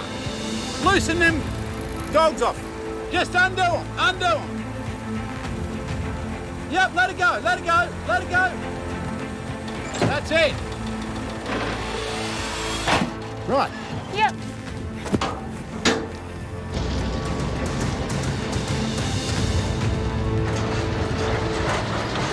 Then, only 200 kilometres from home,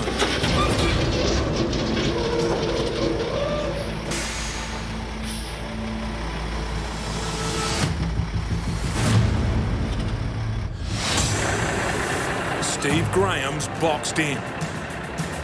His truck's stuck in a boggy campground. I missed the road I was supposed to go down, and the low level's underwater, the road's closed. Campground owner Glenn lends a hand. Thank you for your help. I've got to get past your post here, mate. Just watch me out the front, will you, on your post? Steve's due to be loading extra freight by now. His clients are waiting. But turning the truck and 2 trailers in this tight space is proving impossible. Nah, not going to do it. In sweltering conditions, Steve will have to split up his truck, wasting precious time. But more help is at hand. I'll watch you. You stop me if I'm starting to bend anything, will you? Before you touch, I'll stop you. Yeah. Old mate Scruffy, a local transport company employee, has spotted Steve's predicament. So I'm in a situation, so stop to give him a hand. It's just our nature, that's what we do. We help each other out all the time. If somebody needs help, you help them. Without truckers, everything stops.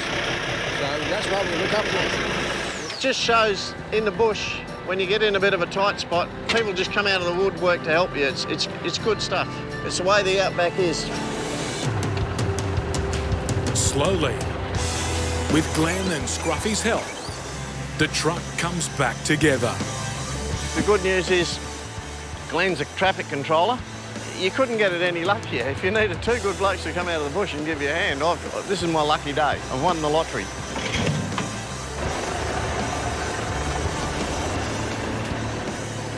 Beautiful. Well, I can't thank you for your help enough, Scruffy. You know what it's like. Well, that's that little job done. Finally, Steve can push on. That's Outback Trucking. Sometimes things that look really bad turn good just because a couple of good blokes come along. He's picking up a smashed-up truck. Then a second-hand ute. We'll put this ute on with a big forklift. Hang on, mate. Hang on. Whoa. It's going to be a tight fit.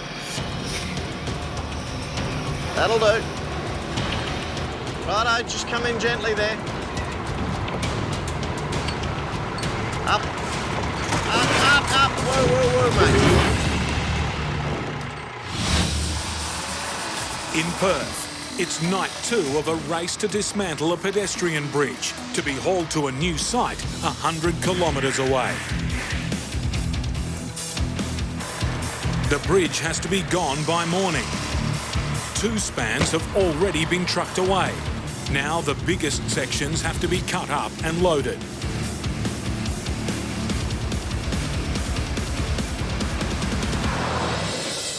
Next morning, 2 special purpose trucks are loaded and ready.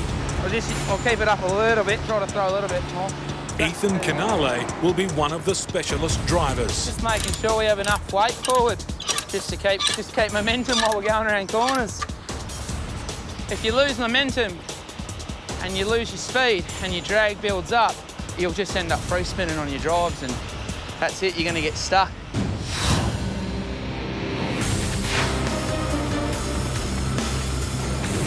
Getting this 66-wheel monster to its destination via the back roads will be another huge challenge.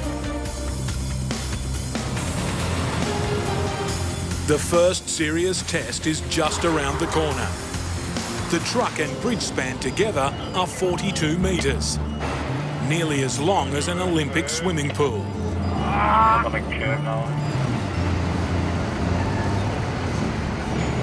Just pushing it, not much.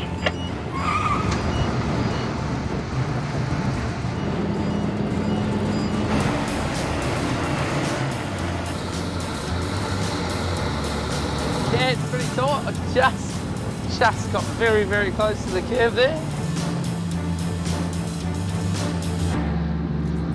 The rear truck is carrying a curved section. Its problem isn't just length, it's width.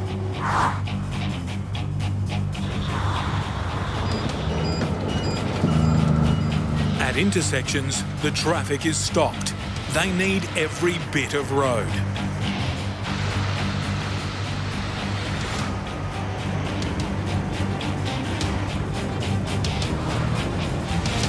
On the back roads, cars are ordered off to the side. But an impatient driver takes a risk.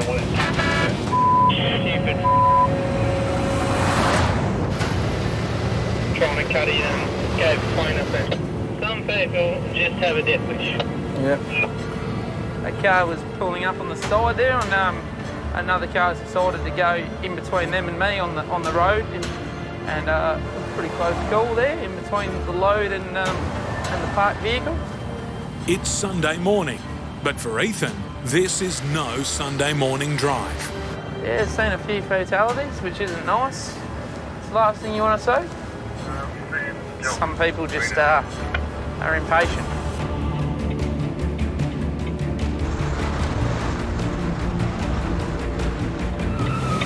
All good. Yeah, we got it.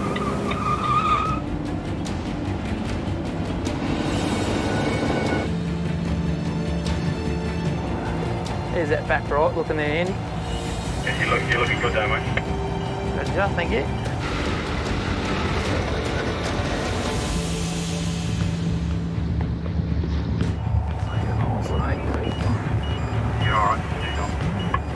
Thank you.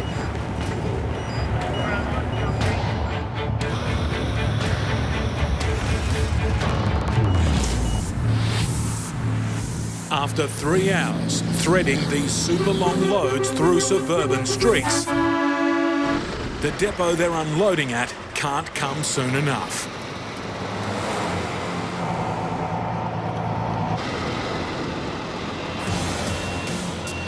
Now all they have to do is park and unload.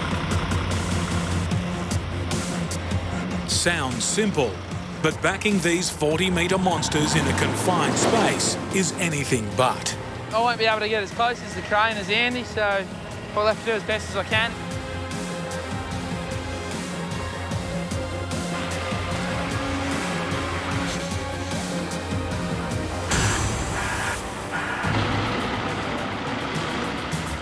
If I can go a bit further this time.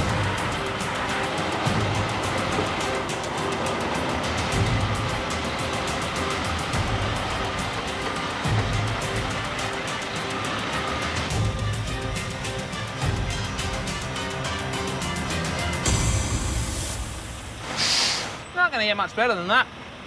No, you did good. Thanks for the spot, brother. You go all right. A $150,000 bargain saved from demolition. This was the interesting one with the extra length and the width. So, yeah, it's gone well. It was a good manoeuvre. We got it in there. We didn't try and screw it around too hard and start damaging things and bending things. We've done it as expected and on time. And so, yeah, it's worked out well. Delivered by a team of experts, safely, on time and on budget. Job done. Nick and Joe have trouble on their hands. The big pin that holds the end of the bottom half of the ramp has just bloody rattled out. Lucky I spotted it when I did. Just rattling up this road, just eventually take its toll. Pushed in that mudguard at the back. Hasn't damaged anything else though, haven't broken a light or... So now I just got to work out how I'm going to get it back on there. It doesn't look like it's going to be bloody easy either. Oh, yeah.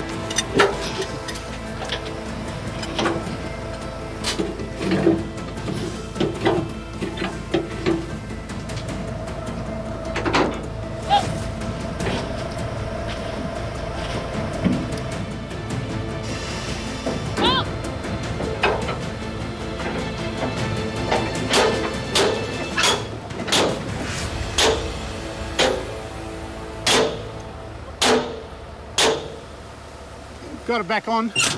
Yeah, that could have been really messy otherwise. It would have caused real thing flying along the highway. Or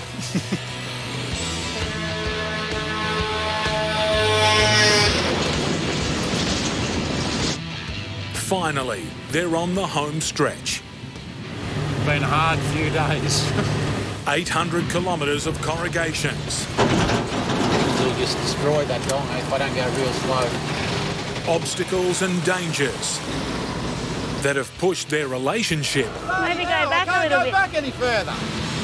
And their truck close to breaking point. You know, you always get a few little hiccups along the way. All to deliver a tiny community a classroom they were desperately waiting for. I thought it was going to be a right pain in the arse, that transportable and stuff. But we got it there in one piece, and so it was a pretty successful trip. A rewarding end to a gruelling job. I don't think I'd ever get rich out of doing what I'm doing, no.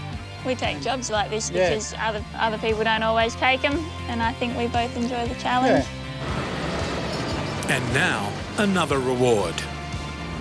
I made it to the bitumen thing, bloody. Smooth road ahead. Up, whoa, mate. Side shift a bit that way. Steve Graham. Yep, just gently. Has a load of trouble. That'll do. All right, just turn back out that way and just go to work. Just what? Hold it, mate. Just steady. Righto, just come in gently there. Just, whoa, watch the back. Just, that's it, straight in there, mate. Straight Straight in. Hold it there, Cobber, hold it there. Okay, mate. Whoa. Down we go, mate.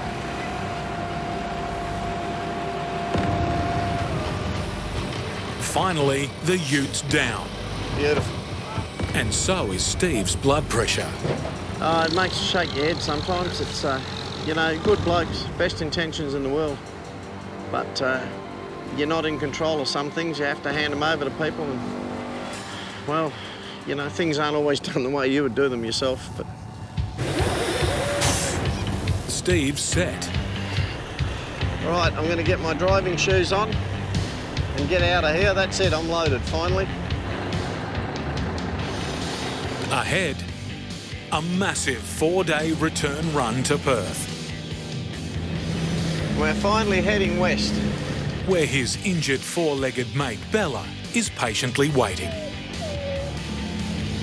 I like to think that maybe I've got a good run in front of me today.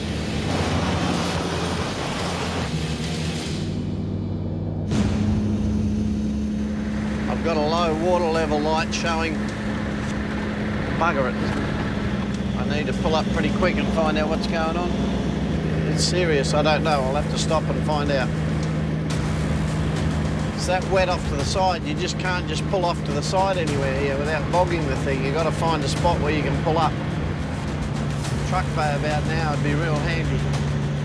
In the outback, truck bays are few and far between.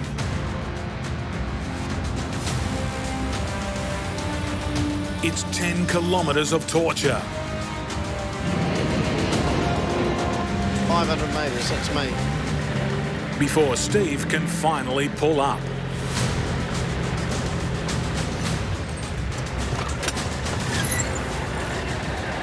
Quick, quick, quick, quick, I ought to shut it off.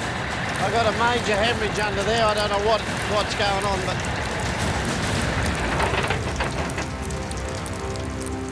it's not good, whatever it is. Not good at all. Still 3,600 kilometres from home. It's a buggered water pump. Bugger it. Bugger it, bugger it, bugger it. Steve's stranded. And they're a shit of a change on the side of the road. It's the first time I've had one go with no warning. Bugger it. You usually get a bit of leakage out of these water pumps before they actually let go. But this one's let go. Steve's had one piece of luck. He's broken down right next to a truck stop. Can't believe that's a nice place to live while I get a water pump sent out to me. I'll pull my road train in there, get the sat phone out, and get a water pump on the road.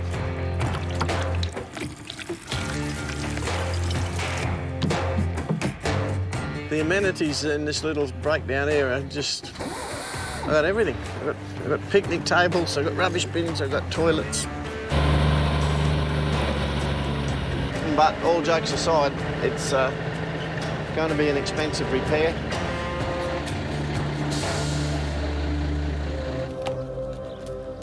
Steve's staring at one lost day, possibly two, while he waits for a new water pump to be sent from Darwin, 400 kilometres away. That's good, because my mate's going to pick it up, he's waiting for it, and he'll head on out. It's a stoppage that could prove more expensive than just a truck repair bill. He'll have it in Alice shortly. Not Alice, sorry, Catherine. Sorry, mate, I'm getting stressed. He's heading west, where rain from a tropical cyclone has created an inland sea. The customers who are involved with this all know that it's the wet season. They've all been given notice that I've got wet season problems. The weather reports are predicting that conditions will get worse over the next few days. No relief is expected from cyclonic rains that have cut highways in the state's northwest. It's no time to be stranded. Can't believe it.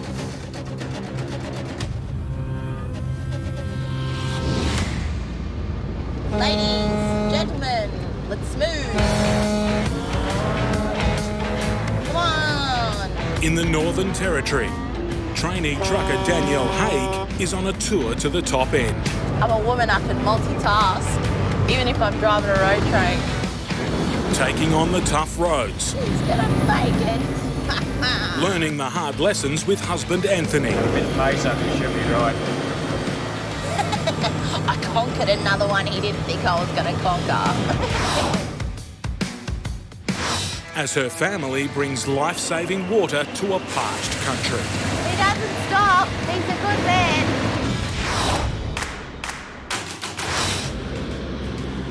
The Morangi water drillers travel Australia's northern cattle country 9 months of the year, sinking deep bores on remote stations that are dry, pumping underground water to the surface.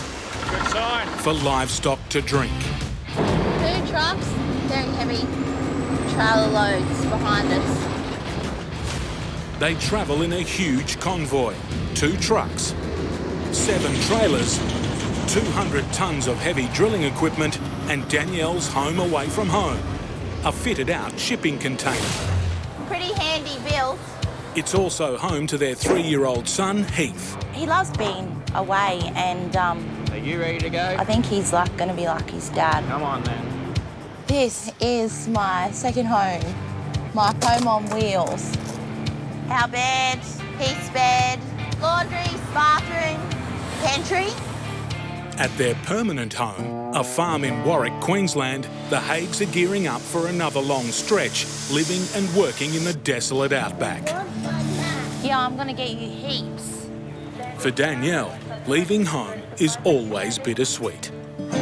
It's a big sacrifice, working in the middle of nowhere, no TV, no internet, no socialising, no nothing. Right, down the next one. On the road, Danielle will be roughing it, but not without her jewellery. Doesn't matter where you are, what you're doing, you can still look nice. I am a city girl. I like to go shopping. I like to go for lunches and dinners and movies, but then also family time. Family's the most important thing to us. She's a feral. Come and get your shoes.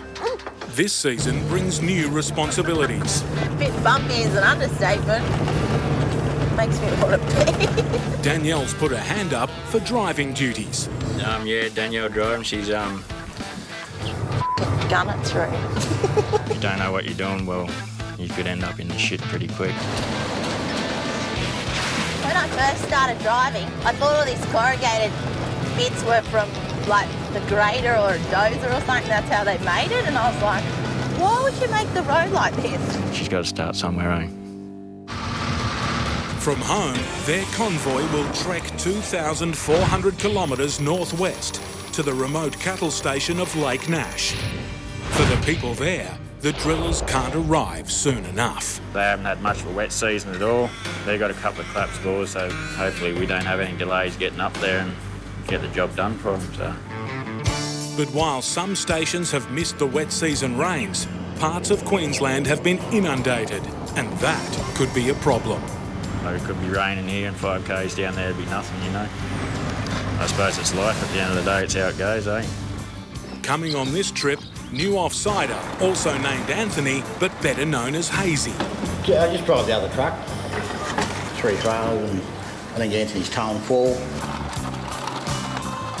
All right, mate, bring him round here and we'll put him up, eh? With the team ready to go, it's a final supply check. 5 minutes to go. Hug for Grandad, and it's time to hit the road. On the way, yeah. We'll get down the road here and we'll probably remember how many things we forgot.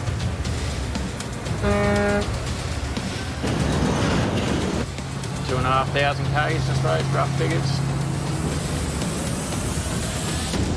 The weather up ahead is weighing on Anthony's mind. A couple of storms, little showers heading about in the territory at the moment. Too much rain could close the roads leading north. Southern end, they only had 20 mil, and then we're going a bit further south than there, so we should be pretty right as long as we can get through.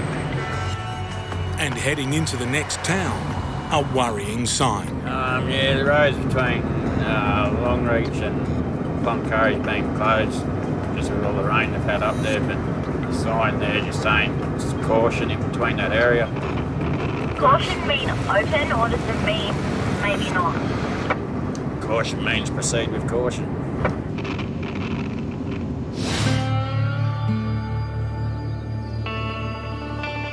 Today has not been a good one, Outback Trucking. In northern Australia, Steve Graham is stuck in a truck stop with a broken water pump.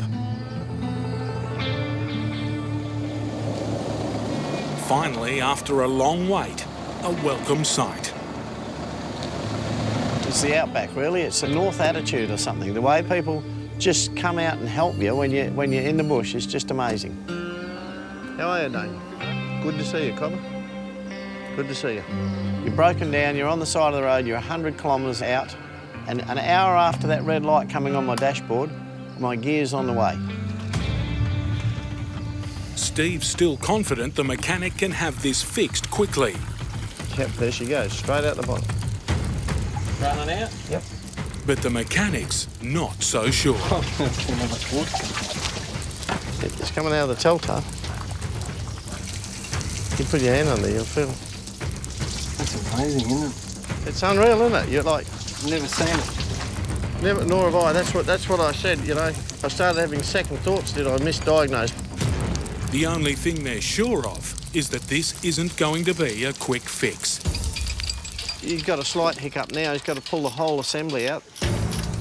Filter housing won't separate from the water pump, so the whole lot's going to come out, which might need me helping him, and that's scraping the bottom of the barrel a bit. I've got faith in him.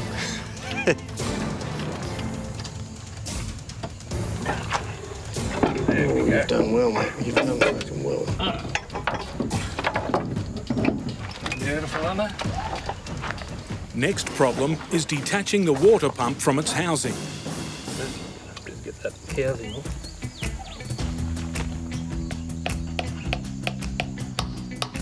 Water pumps are an on-the-shelf part, but this housing behind it, the water pump bolts to, would be, you know,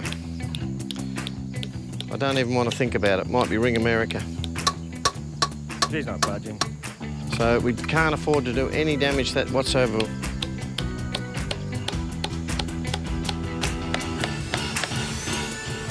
Gonna pop back in.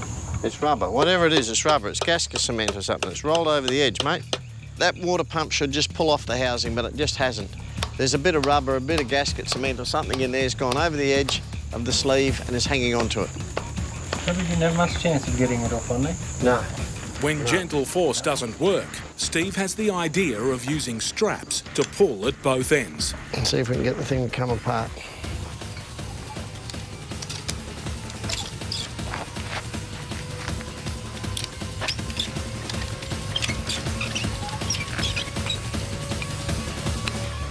But it's not budging. Same as he's always been. No more.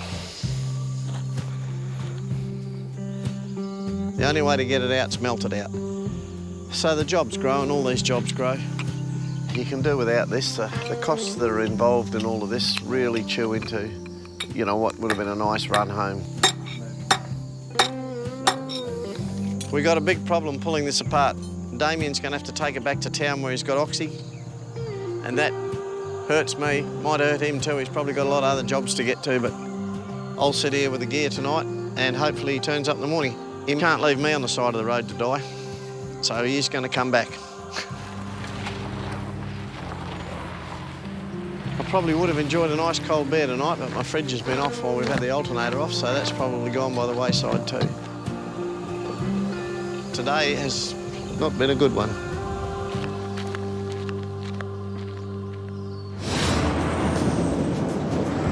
We'll head out to Roma now, change a few more trailers around and hook another 2 on. In Queensland, the water drillers are about to add the final pieces to their massive twin road trains. We're going to hook everything up so we're 4 trailers on one and 3 on the other, I think. Yeah, that sounds about right. 1, 2, 3, 4. Danielle's watched this difficult manoeuvre before, and she's not holding her hand up for a lesson today. No way. I can reverse one trailer. I can barely reverse a ute. What am I talking about? Backing up with one trailer is hard enough. reversing 2 to hook up with a third. Back 2 trailers. That's a whole new level of skill. But at least Hazy will have help. I think there might be a little two-way in there, and Danielle will talk here. Danielle guiding him on the two-way radio. If I was doing it, I would give it maybe 10 attempts and then I'd be done. He's under pressure. Not making the job easier, a patch of cut-up, boggy dirt. I'm just going to sit here because it's probably going to take like an hour to do. Hazy's getting a sinking feeling.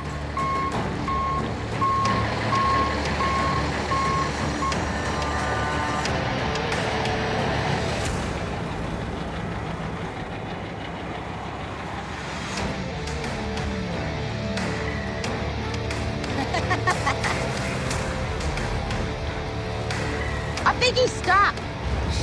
But with no help on offer, his only option is to keep trying. He kept getting stuck in that bog hole, so he's going around.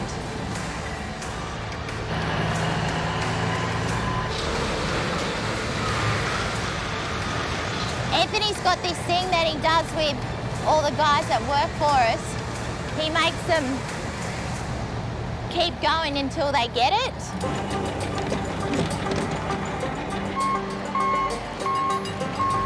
This would frustrate the shit out of me. Danielle's seen this operation go wrong before. Don't think he's going to make it here either. With costly results. Before, when we jackknifed, we smashed the aircon off the other side of that camp. Anthony wasn't very happy after that one. It's jackknifed again. 2 different turntables turning. Once they go too far, you're buggered. You've got to start again. Anthony's seen enough. Time for the expert to step in and take over. I bet you the smart ass gets it straight away. And the trailers are pushed into place. With Danielle's help. Oh, it's good to have someone there with a little handheld two-way, you know, because you can't see what's happening back down there. Right. Blue, you're gonna have to go back. Stop. Stop! Jesus Christ! No wonder he's not hearing me. It's turned off! Finally, the monster rigs are complete. At 50+ metres each, they don't come much longer. With people up north counting on them, it's time to put in some serious hours and make some headway. This is going to be fun. We haven't had a family trip with Dad for a while, have we? The family road trip begins. Are we there yet? About another 40 k's. Oh, really?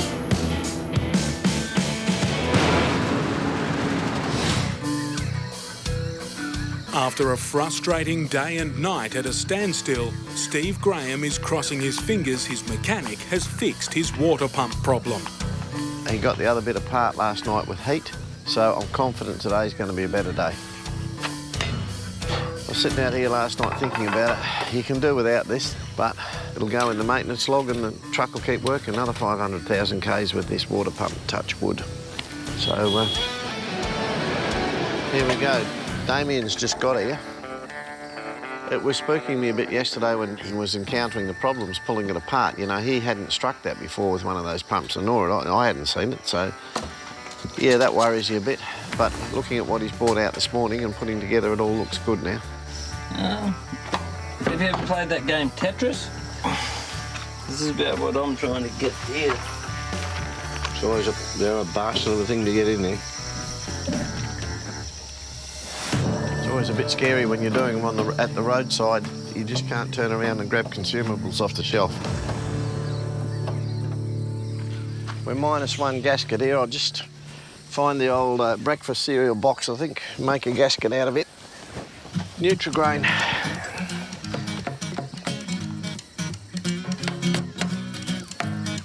Well, there you go. That's it's a breakfast cereal packet gasket, that. How's that, Chief? Perfect. It's got plenty of vitamins in it. Yeah, that's a good one. It's got love. Well, that'll go forever. Should be a good one. It's a champion's breakfast tucker. The cereal box gasket fits, but will it work? Damien's just having his last final look. I'll give her a start. We'll try and bring her up to operating temperature and the thermostat's open. Hopefully there'll be no leaks. This breakdown has robbed Steve of nearly 2 full driving days. He can't afford any more. Fingers crossed, Outback Trucking. You good?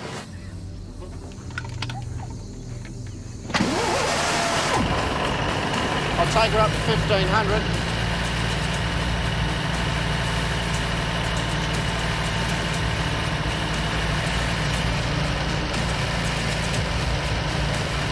I believe the thermostat's opened. It's come up to 70 degrees. Sitting in here, it appears to have gone to plan. I'll go outside and have a look, see if anything's coming out the bottom. Hopefully it's good.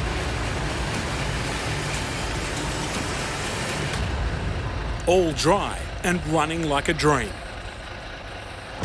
Much appreciated, mate. We'll do that. Not a problem, anytime. Thanks, Damo. 2 solitary days broken down by the roadside remind Steve of his dog and faithful travelling mate, Bella, lying injured back in Perth. The dog would have enjoyed this little bit of a stop here. Bella would have had a lot of fun here. Park, things to play with. She would have enjoyed this bit of a breakdown. She'll be happy to see me get home, I'm quite sure.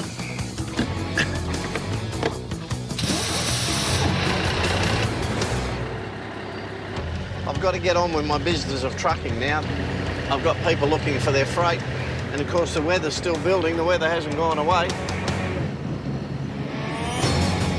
Still a day's drive from the coastal community of Broome, Steve has no idea just how bad the trouble is. I've been out of touch for a day, sitting broken down back there. It'll be interesting to see what the water situation's like further down towards Broome, where the trouble's supposed to be. The deluge from a tropical cyclone has caused havoc. This isn't the sea. It's a highway. And Steve's heading straight for it.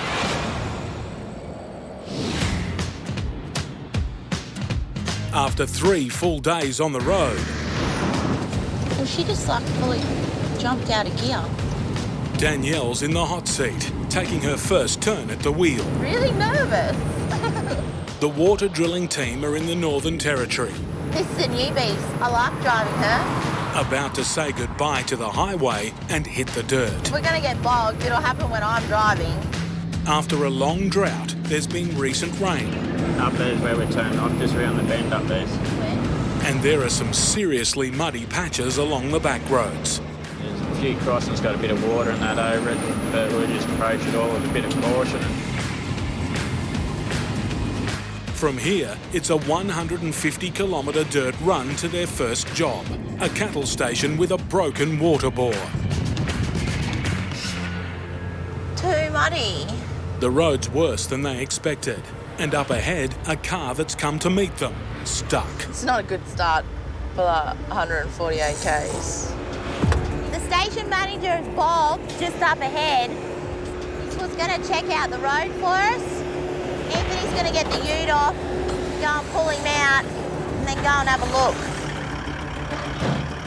Pete reckons he's going to pull him out with his little buggy here, so we'll see how we go. This is delaying us, like we'll be halfway there by now, but it's just the things you got to do when you're in the country. On the rescue mission, they get their first taste of what they're up against. Yeah, it feels a little bit spongy there. You can feel the vehicle just pulling us into the ruts and that there. He's got gumboots.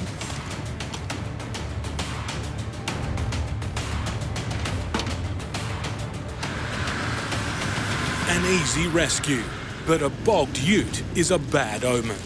He can't get through. How are we going to get through? If worst comes to worst and I get too scared, I will just camp on the roadie, because I can't back it. No, not real good at backing. Well, we sort of can't back up or anything where we are, so we're sort of stuck there. The only way out is this way. They can wait for the water to dry up or take the road on and risk getting stuck fast. If we get stuck, we're stuck here, or we sit up there and wait, so 2 options really. Either way, the station's not getting their bore fixed anytime soon.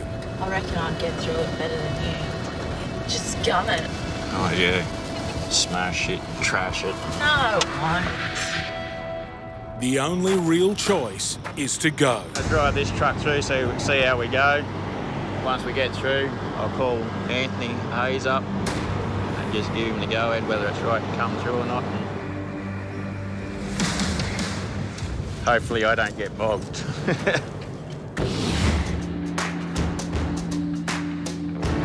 Well, there's the river down there on my right again. I can't see any crocs there today. Steve Graham's rolling again after a breakdown that cost him 2 travelling days. The water's fairly flowing through here. It's pouring through. Steve has flooded roads up ahead and customers waiting for freight that's already delayed. Coming up to the West Australian border, which is good. It means I've only got just a bit over 3,000 kilometres to get home. The downside is dealing with home state bureaucracy. A brush with authorities is the last thing he needs. There's aspects of it they may not like. There's some road dirt on one of the vehicles, and that second-hand pipe on the back trailer might raise some eyebrows, but I'll find out when I get down here. I'm just coming up to it now. That was a stress yawn. These are necessary stops, but always nervous ones for truckers. How are you? If I haven't got any done, I'll have to do it.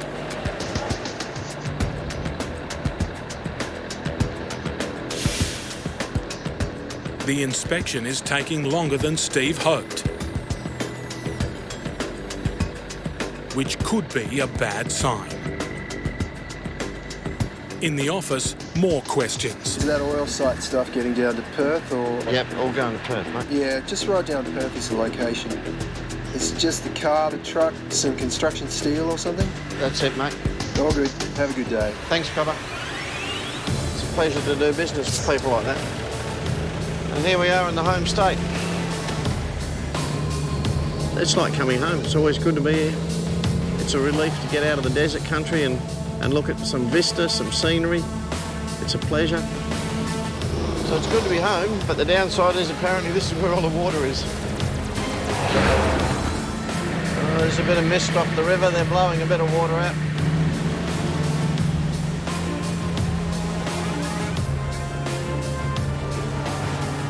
Steve knows this road well, and he's seeing signs of trouble up ahead. Oh, the river's pretty swollen down here. There's a lot of water in it down here. You get a king tide, it's not far down there to the ocean. It blocks all that water, and it runs back, and all this country here, out here, goes underwater. Water on the roadside. Water in the sky. It's also looking ominous down here to the west. My old leg's been giving me a bit of curry. That's where the damage is to the road, is down there to the west. And I don't know how much rain it would take to wash this out again, but the country's all wet. It's all very soft out there. You wouldn't want to be out there.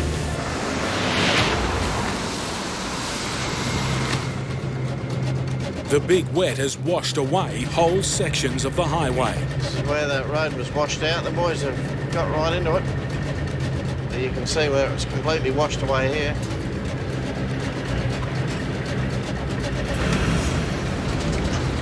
That water must have been roaring through here to rip all this out. It must have been a hell of a flow. And as you can see, it ripped it out for a fair way. You can see what's left of the water out there, and you can see where it roared across there. You wouldn't have wanted to be here on the road when it came through. That's that little obstacle out of the way. Steve's been warned it'll be a different story as he approaches the coast. My old knee's telling me I'm going to hit some rain really, really soon. This is starting to look pretty nasty, this thing up in front. This could be swirling its way up into being one of those big supercells. lot of energy in there, a lot of horsepower. It's scary to say the least, looking at that stuff off the edge of it. I've seen these things out Millen Jetty Way and that, and just blew a little place to pieces where we were once. And it's like driving up to a wall. I just hope it's not an absolute wall of water that I can't see through. I can feel it as soon as we pulled on the road. The water drillers are about to hit mud, but not the kind they've been hired to find. Oh, mate, if we get bogged here, we could be here for a few days. It's a risk Anthony has to take for his customer. You wouldn't think the amount of water around needs water, but you still need water in your yards for your stockade. And his family. If that rig's not working, we're not making money, so... Anthony approaches the bog that claimed the station manager's ute. Bit of a high spot just up here, so we'll see how we go here.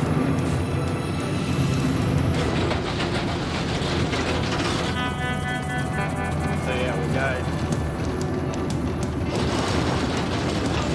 You don't have to hit it too hard here, otherwise we'll do a bit of damage.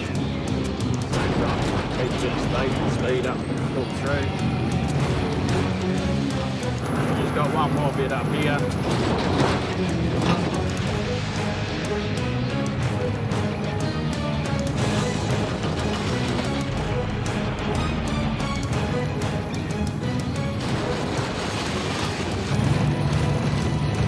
Yeah, right, Hazy, just poke it through.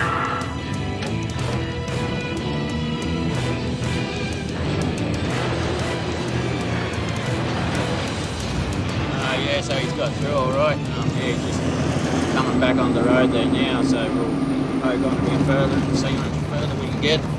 This road is more than 150 kilometres. They're not out of trouble yet. And we've probably only gone probably 8 Ks, I suppose. So, yeah, I'd say it should be a long day. On cue, another mud trap, right in the middle of the road. A wet spot here, mate. I'm just going to go up the right, up the side here. This one's longer. Up here is the one that'll test us out. And deeper. The truck's through. But the 4 trailers are like a 100-ton anchor. Yeah, you can start to bog down a bit. Ramping up the drag, cutting the speed. Hope we can get through. He mustn't stop. Each time I hit these doughy spots, my arse cheeks squinch together.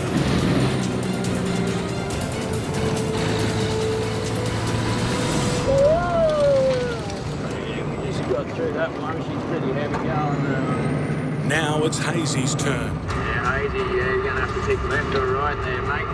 Danielle, which looks a better option. We're going to go shoot it up a bit. Definitely to the left.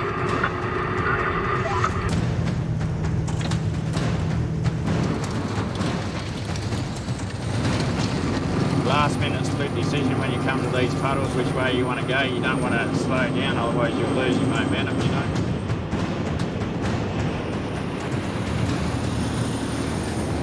Wouldn't be real fun shoveling it out of that thing. Through, but there's a bigger test ahead. Yeah, just up around here, we've got a couple of creek crossings. After the rain, they're running fast. Yeah, it's got a bit of a flow up.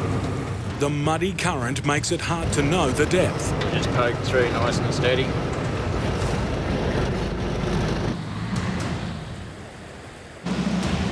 The road surface is concrete and gets slippery. We had a bit of wheel spin there. We just sort of creep through it.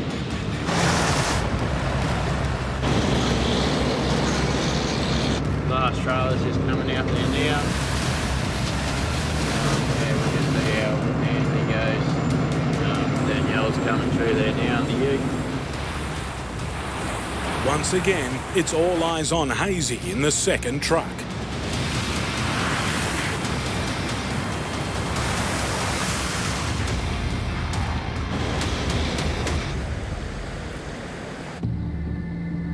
It's been a heart-pounding run. Anthony, do you want me to come in there and show you how to drive it? And Danielle's wanting to be in on the action. Yeah, Danielle, you can come up ahead. The rookie trucker finally gets some time behind the wheel. Heading to Lake Nash. I think I'd like it because it gives me like an adrenaline rush. I've got like 4 trailers and $1 million worth of stuff on the back of me. Everybody who knows that I drive a truck now cannot believe it. Totally not something I'd ever see myself doing in the past. Right now, she has to face the last 10 kilometres to the station. You don't really know what to expect. And the station people haven't been out here yet to even inspect their roads. On a rough track. I have slowed down to about 30 when it comes through, but it's a bit rough. It's a bit rough. Righto, boss. Getting rougher. It's a bit interesting.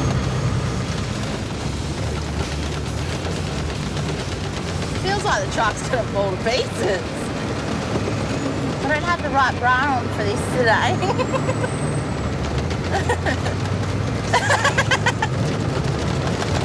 Oh, Jesus.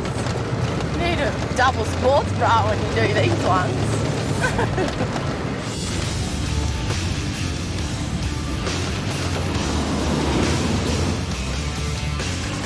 Danielle hits the cattle grid at the entrance to the station. Finally arriving at Lake Nash.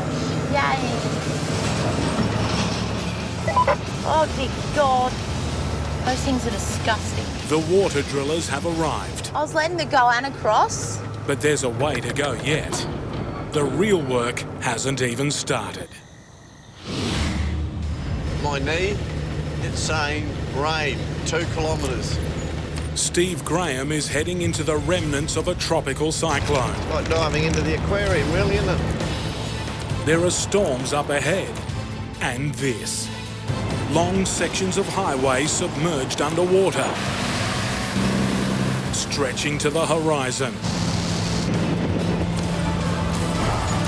The signs are already ominous. I'll be jumping puddles all the way into Broome now. It's just come out of this downpour. It's dumping on top of us. How are you, mate? Yeah, not bad. Where's all this water come from? We showered this afternoon. Unreal, eh? Water on the road is one thing. Washouts, where the current has hollowed out under the road surface, are more worrying. See, there's bits broken away there. That's why I'm just going steady. I'm in it. This is a slightly deeper hole. Just line up the middle of the road and idle through these ones. This is a bit deeper, definitely. Oh, and see, a bit just broke away underneath me there. The road's cracked away there. She's gone. The road base is soft. The road base is rotten underneath this road.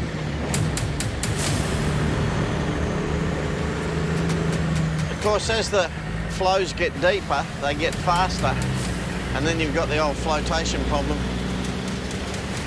See, this one's a bit deep. You've got a big heap of tyres on your trailers, spares in the rack. Your toolboxes are like little boats. If you're empty on fuel, you've got huge flotation with fuel tanks and air tanks, and they'll just lift everything up, get your traction off the road, and if you've got a current running, you're gone. That was deep enough to float a car, that one. After being on the road for more than a month, Steve's only a couple of days from home. There's plenty of water out of here. This sort of water I don't rush through. If he can get through. There's a lot of it. They closed the road, I've got no choice to wait because my only other option would be to go 2,000 kilometres back to the Stewart Highway, 3,000 kilometres down to Port Augusta, and then 3,000 k's home. It would be an 8,000 kilometre detour. And it's getting worse. Looks a bit deeper than what I thought too, looking at that car. Just try and pick up that white line. I don't like getting too close to the edge. There's a fair bit of broken pavement down there.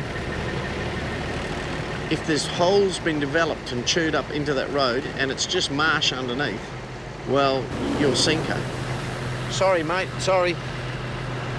the road surface is gone on the right-hand side. And this bloke coming towards me is going to want his half of the road, but I want my half of the road. It's no place for a game of chicken.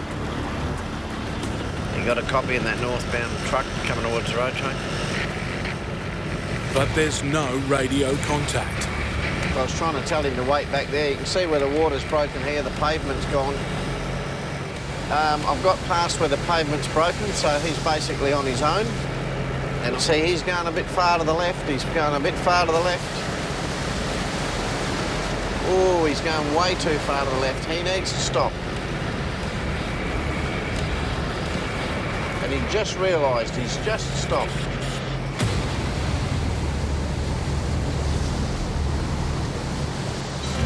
As far as you can see, it's just water.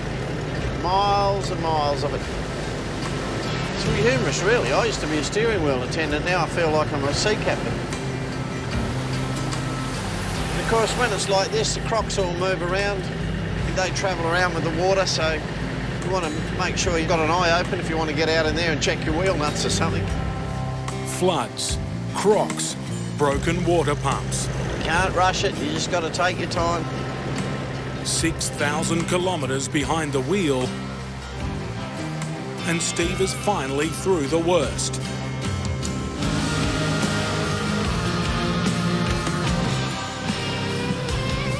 Well, I reckon that's it. I reckon that's the job done. I'm on the home run.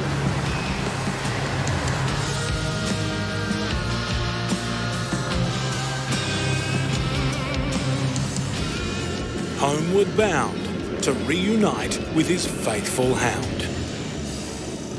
It's been interesting travelling out without my little four-legged mate, and I think she'll be pretty happy to hear that this truck's rolling down the hill. I'm just nearly home now. It'll be interesting to see. Kathy's got the dog in the ute, so she can't hear the truck coming and do something silly. The truck will be more than happy to see the shed, and I'll be more than happy to have a shower and see my own bed for a change. There's a ute there, and there might be a little doggy sitting in it.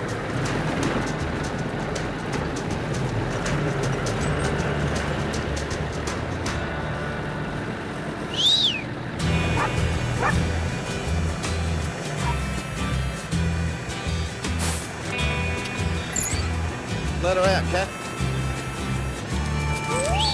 Hello, doggy.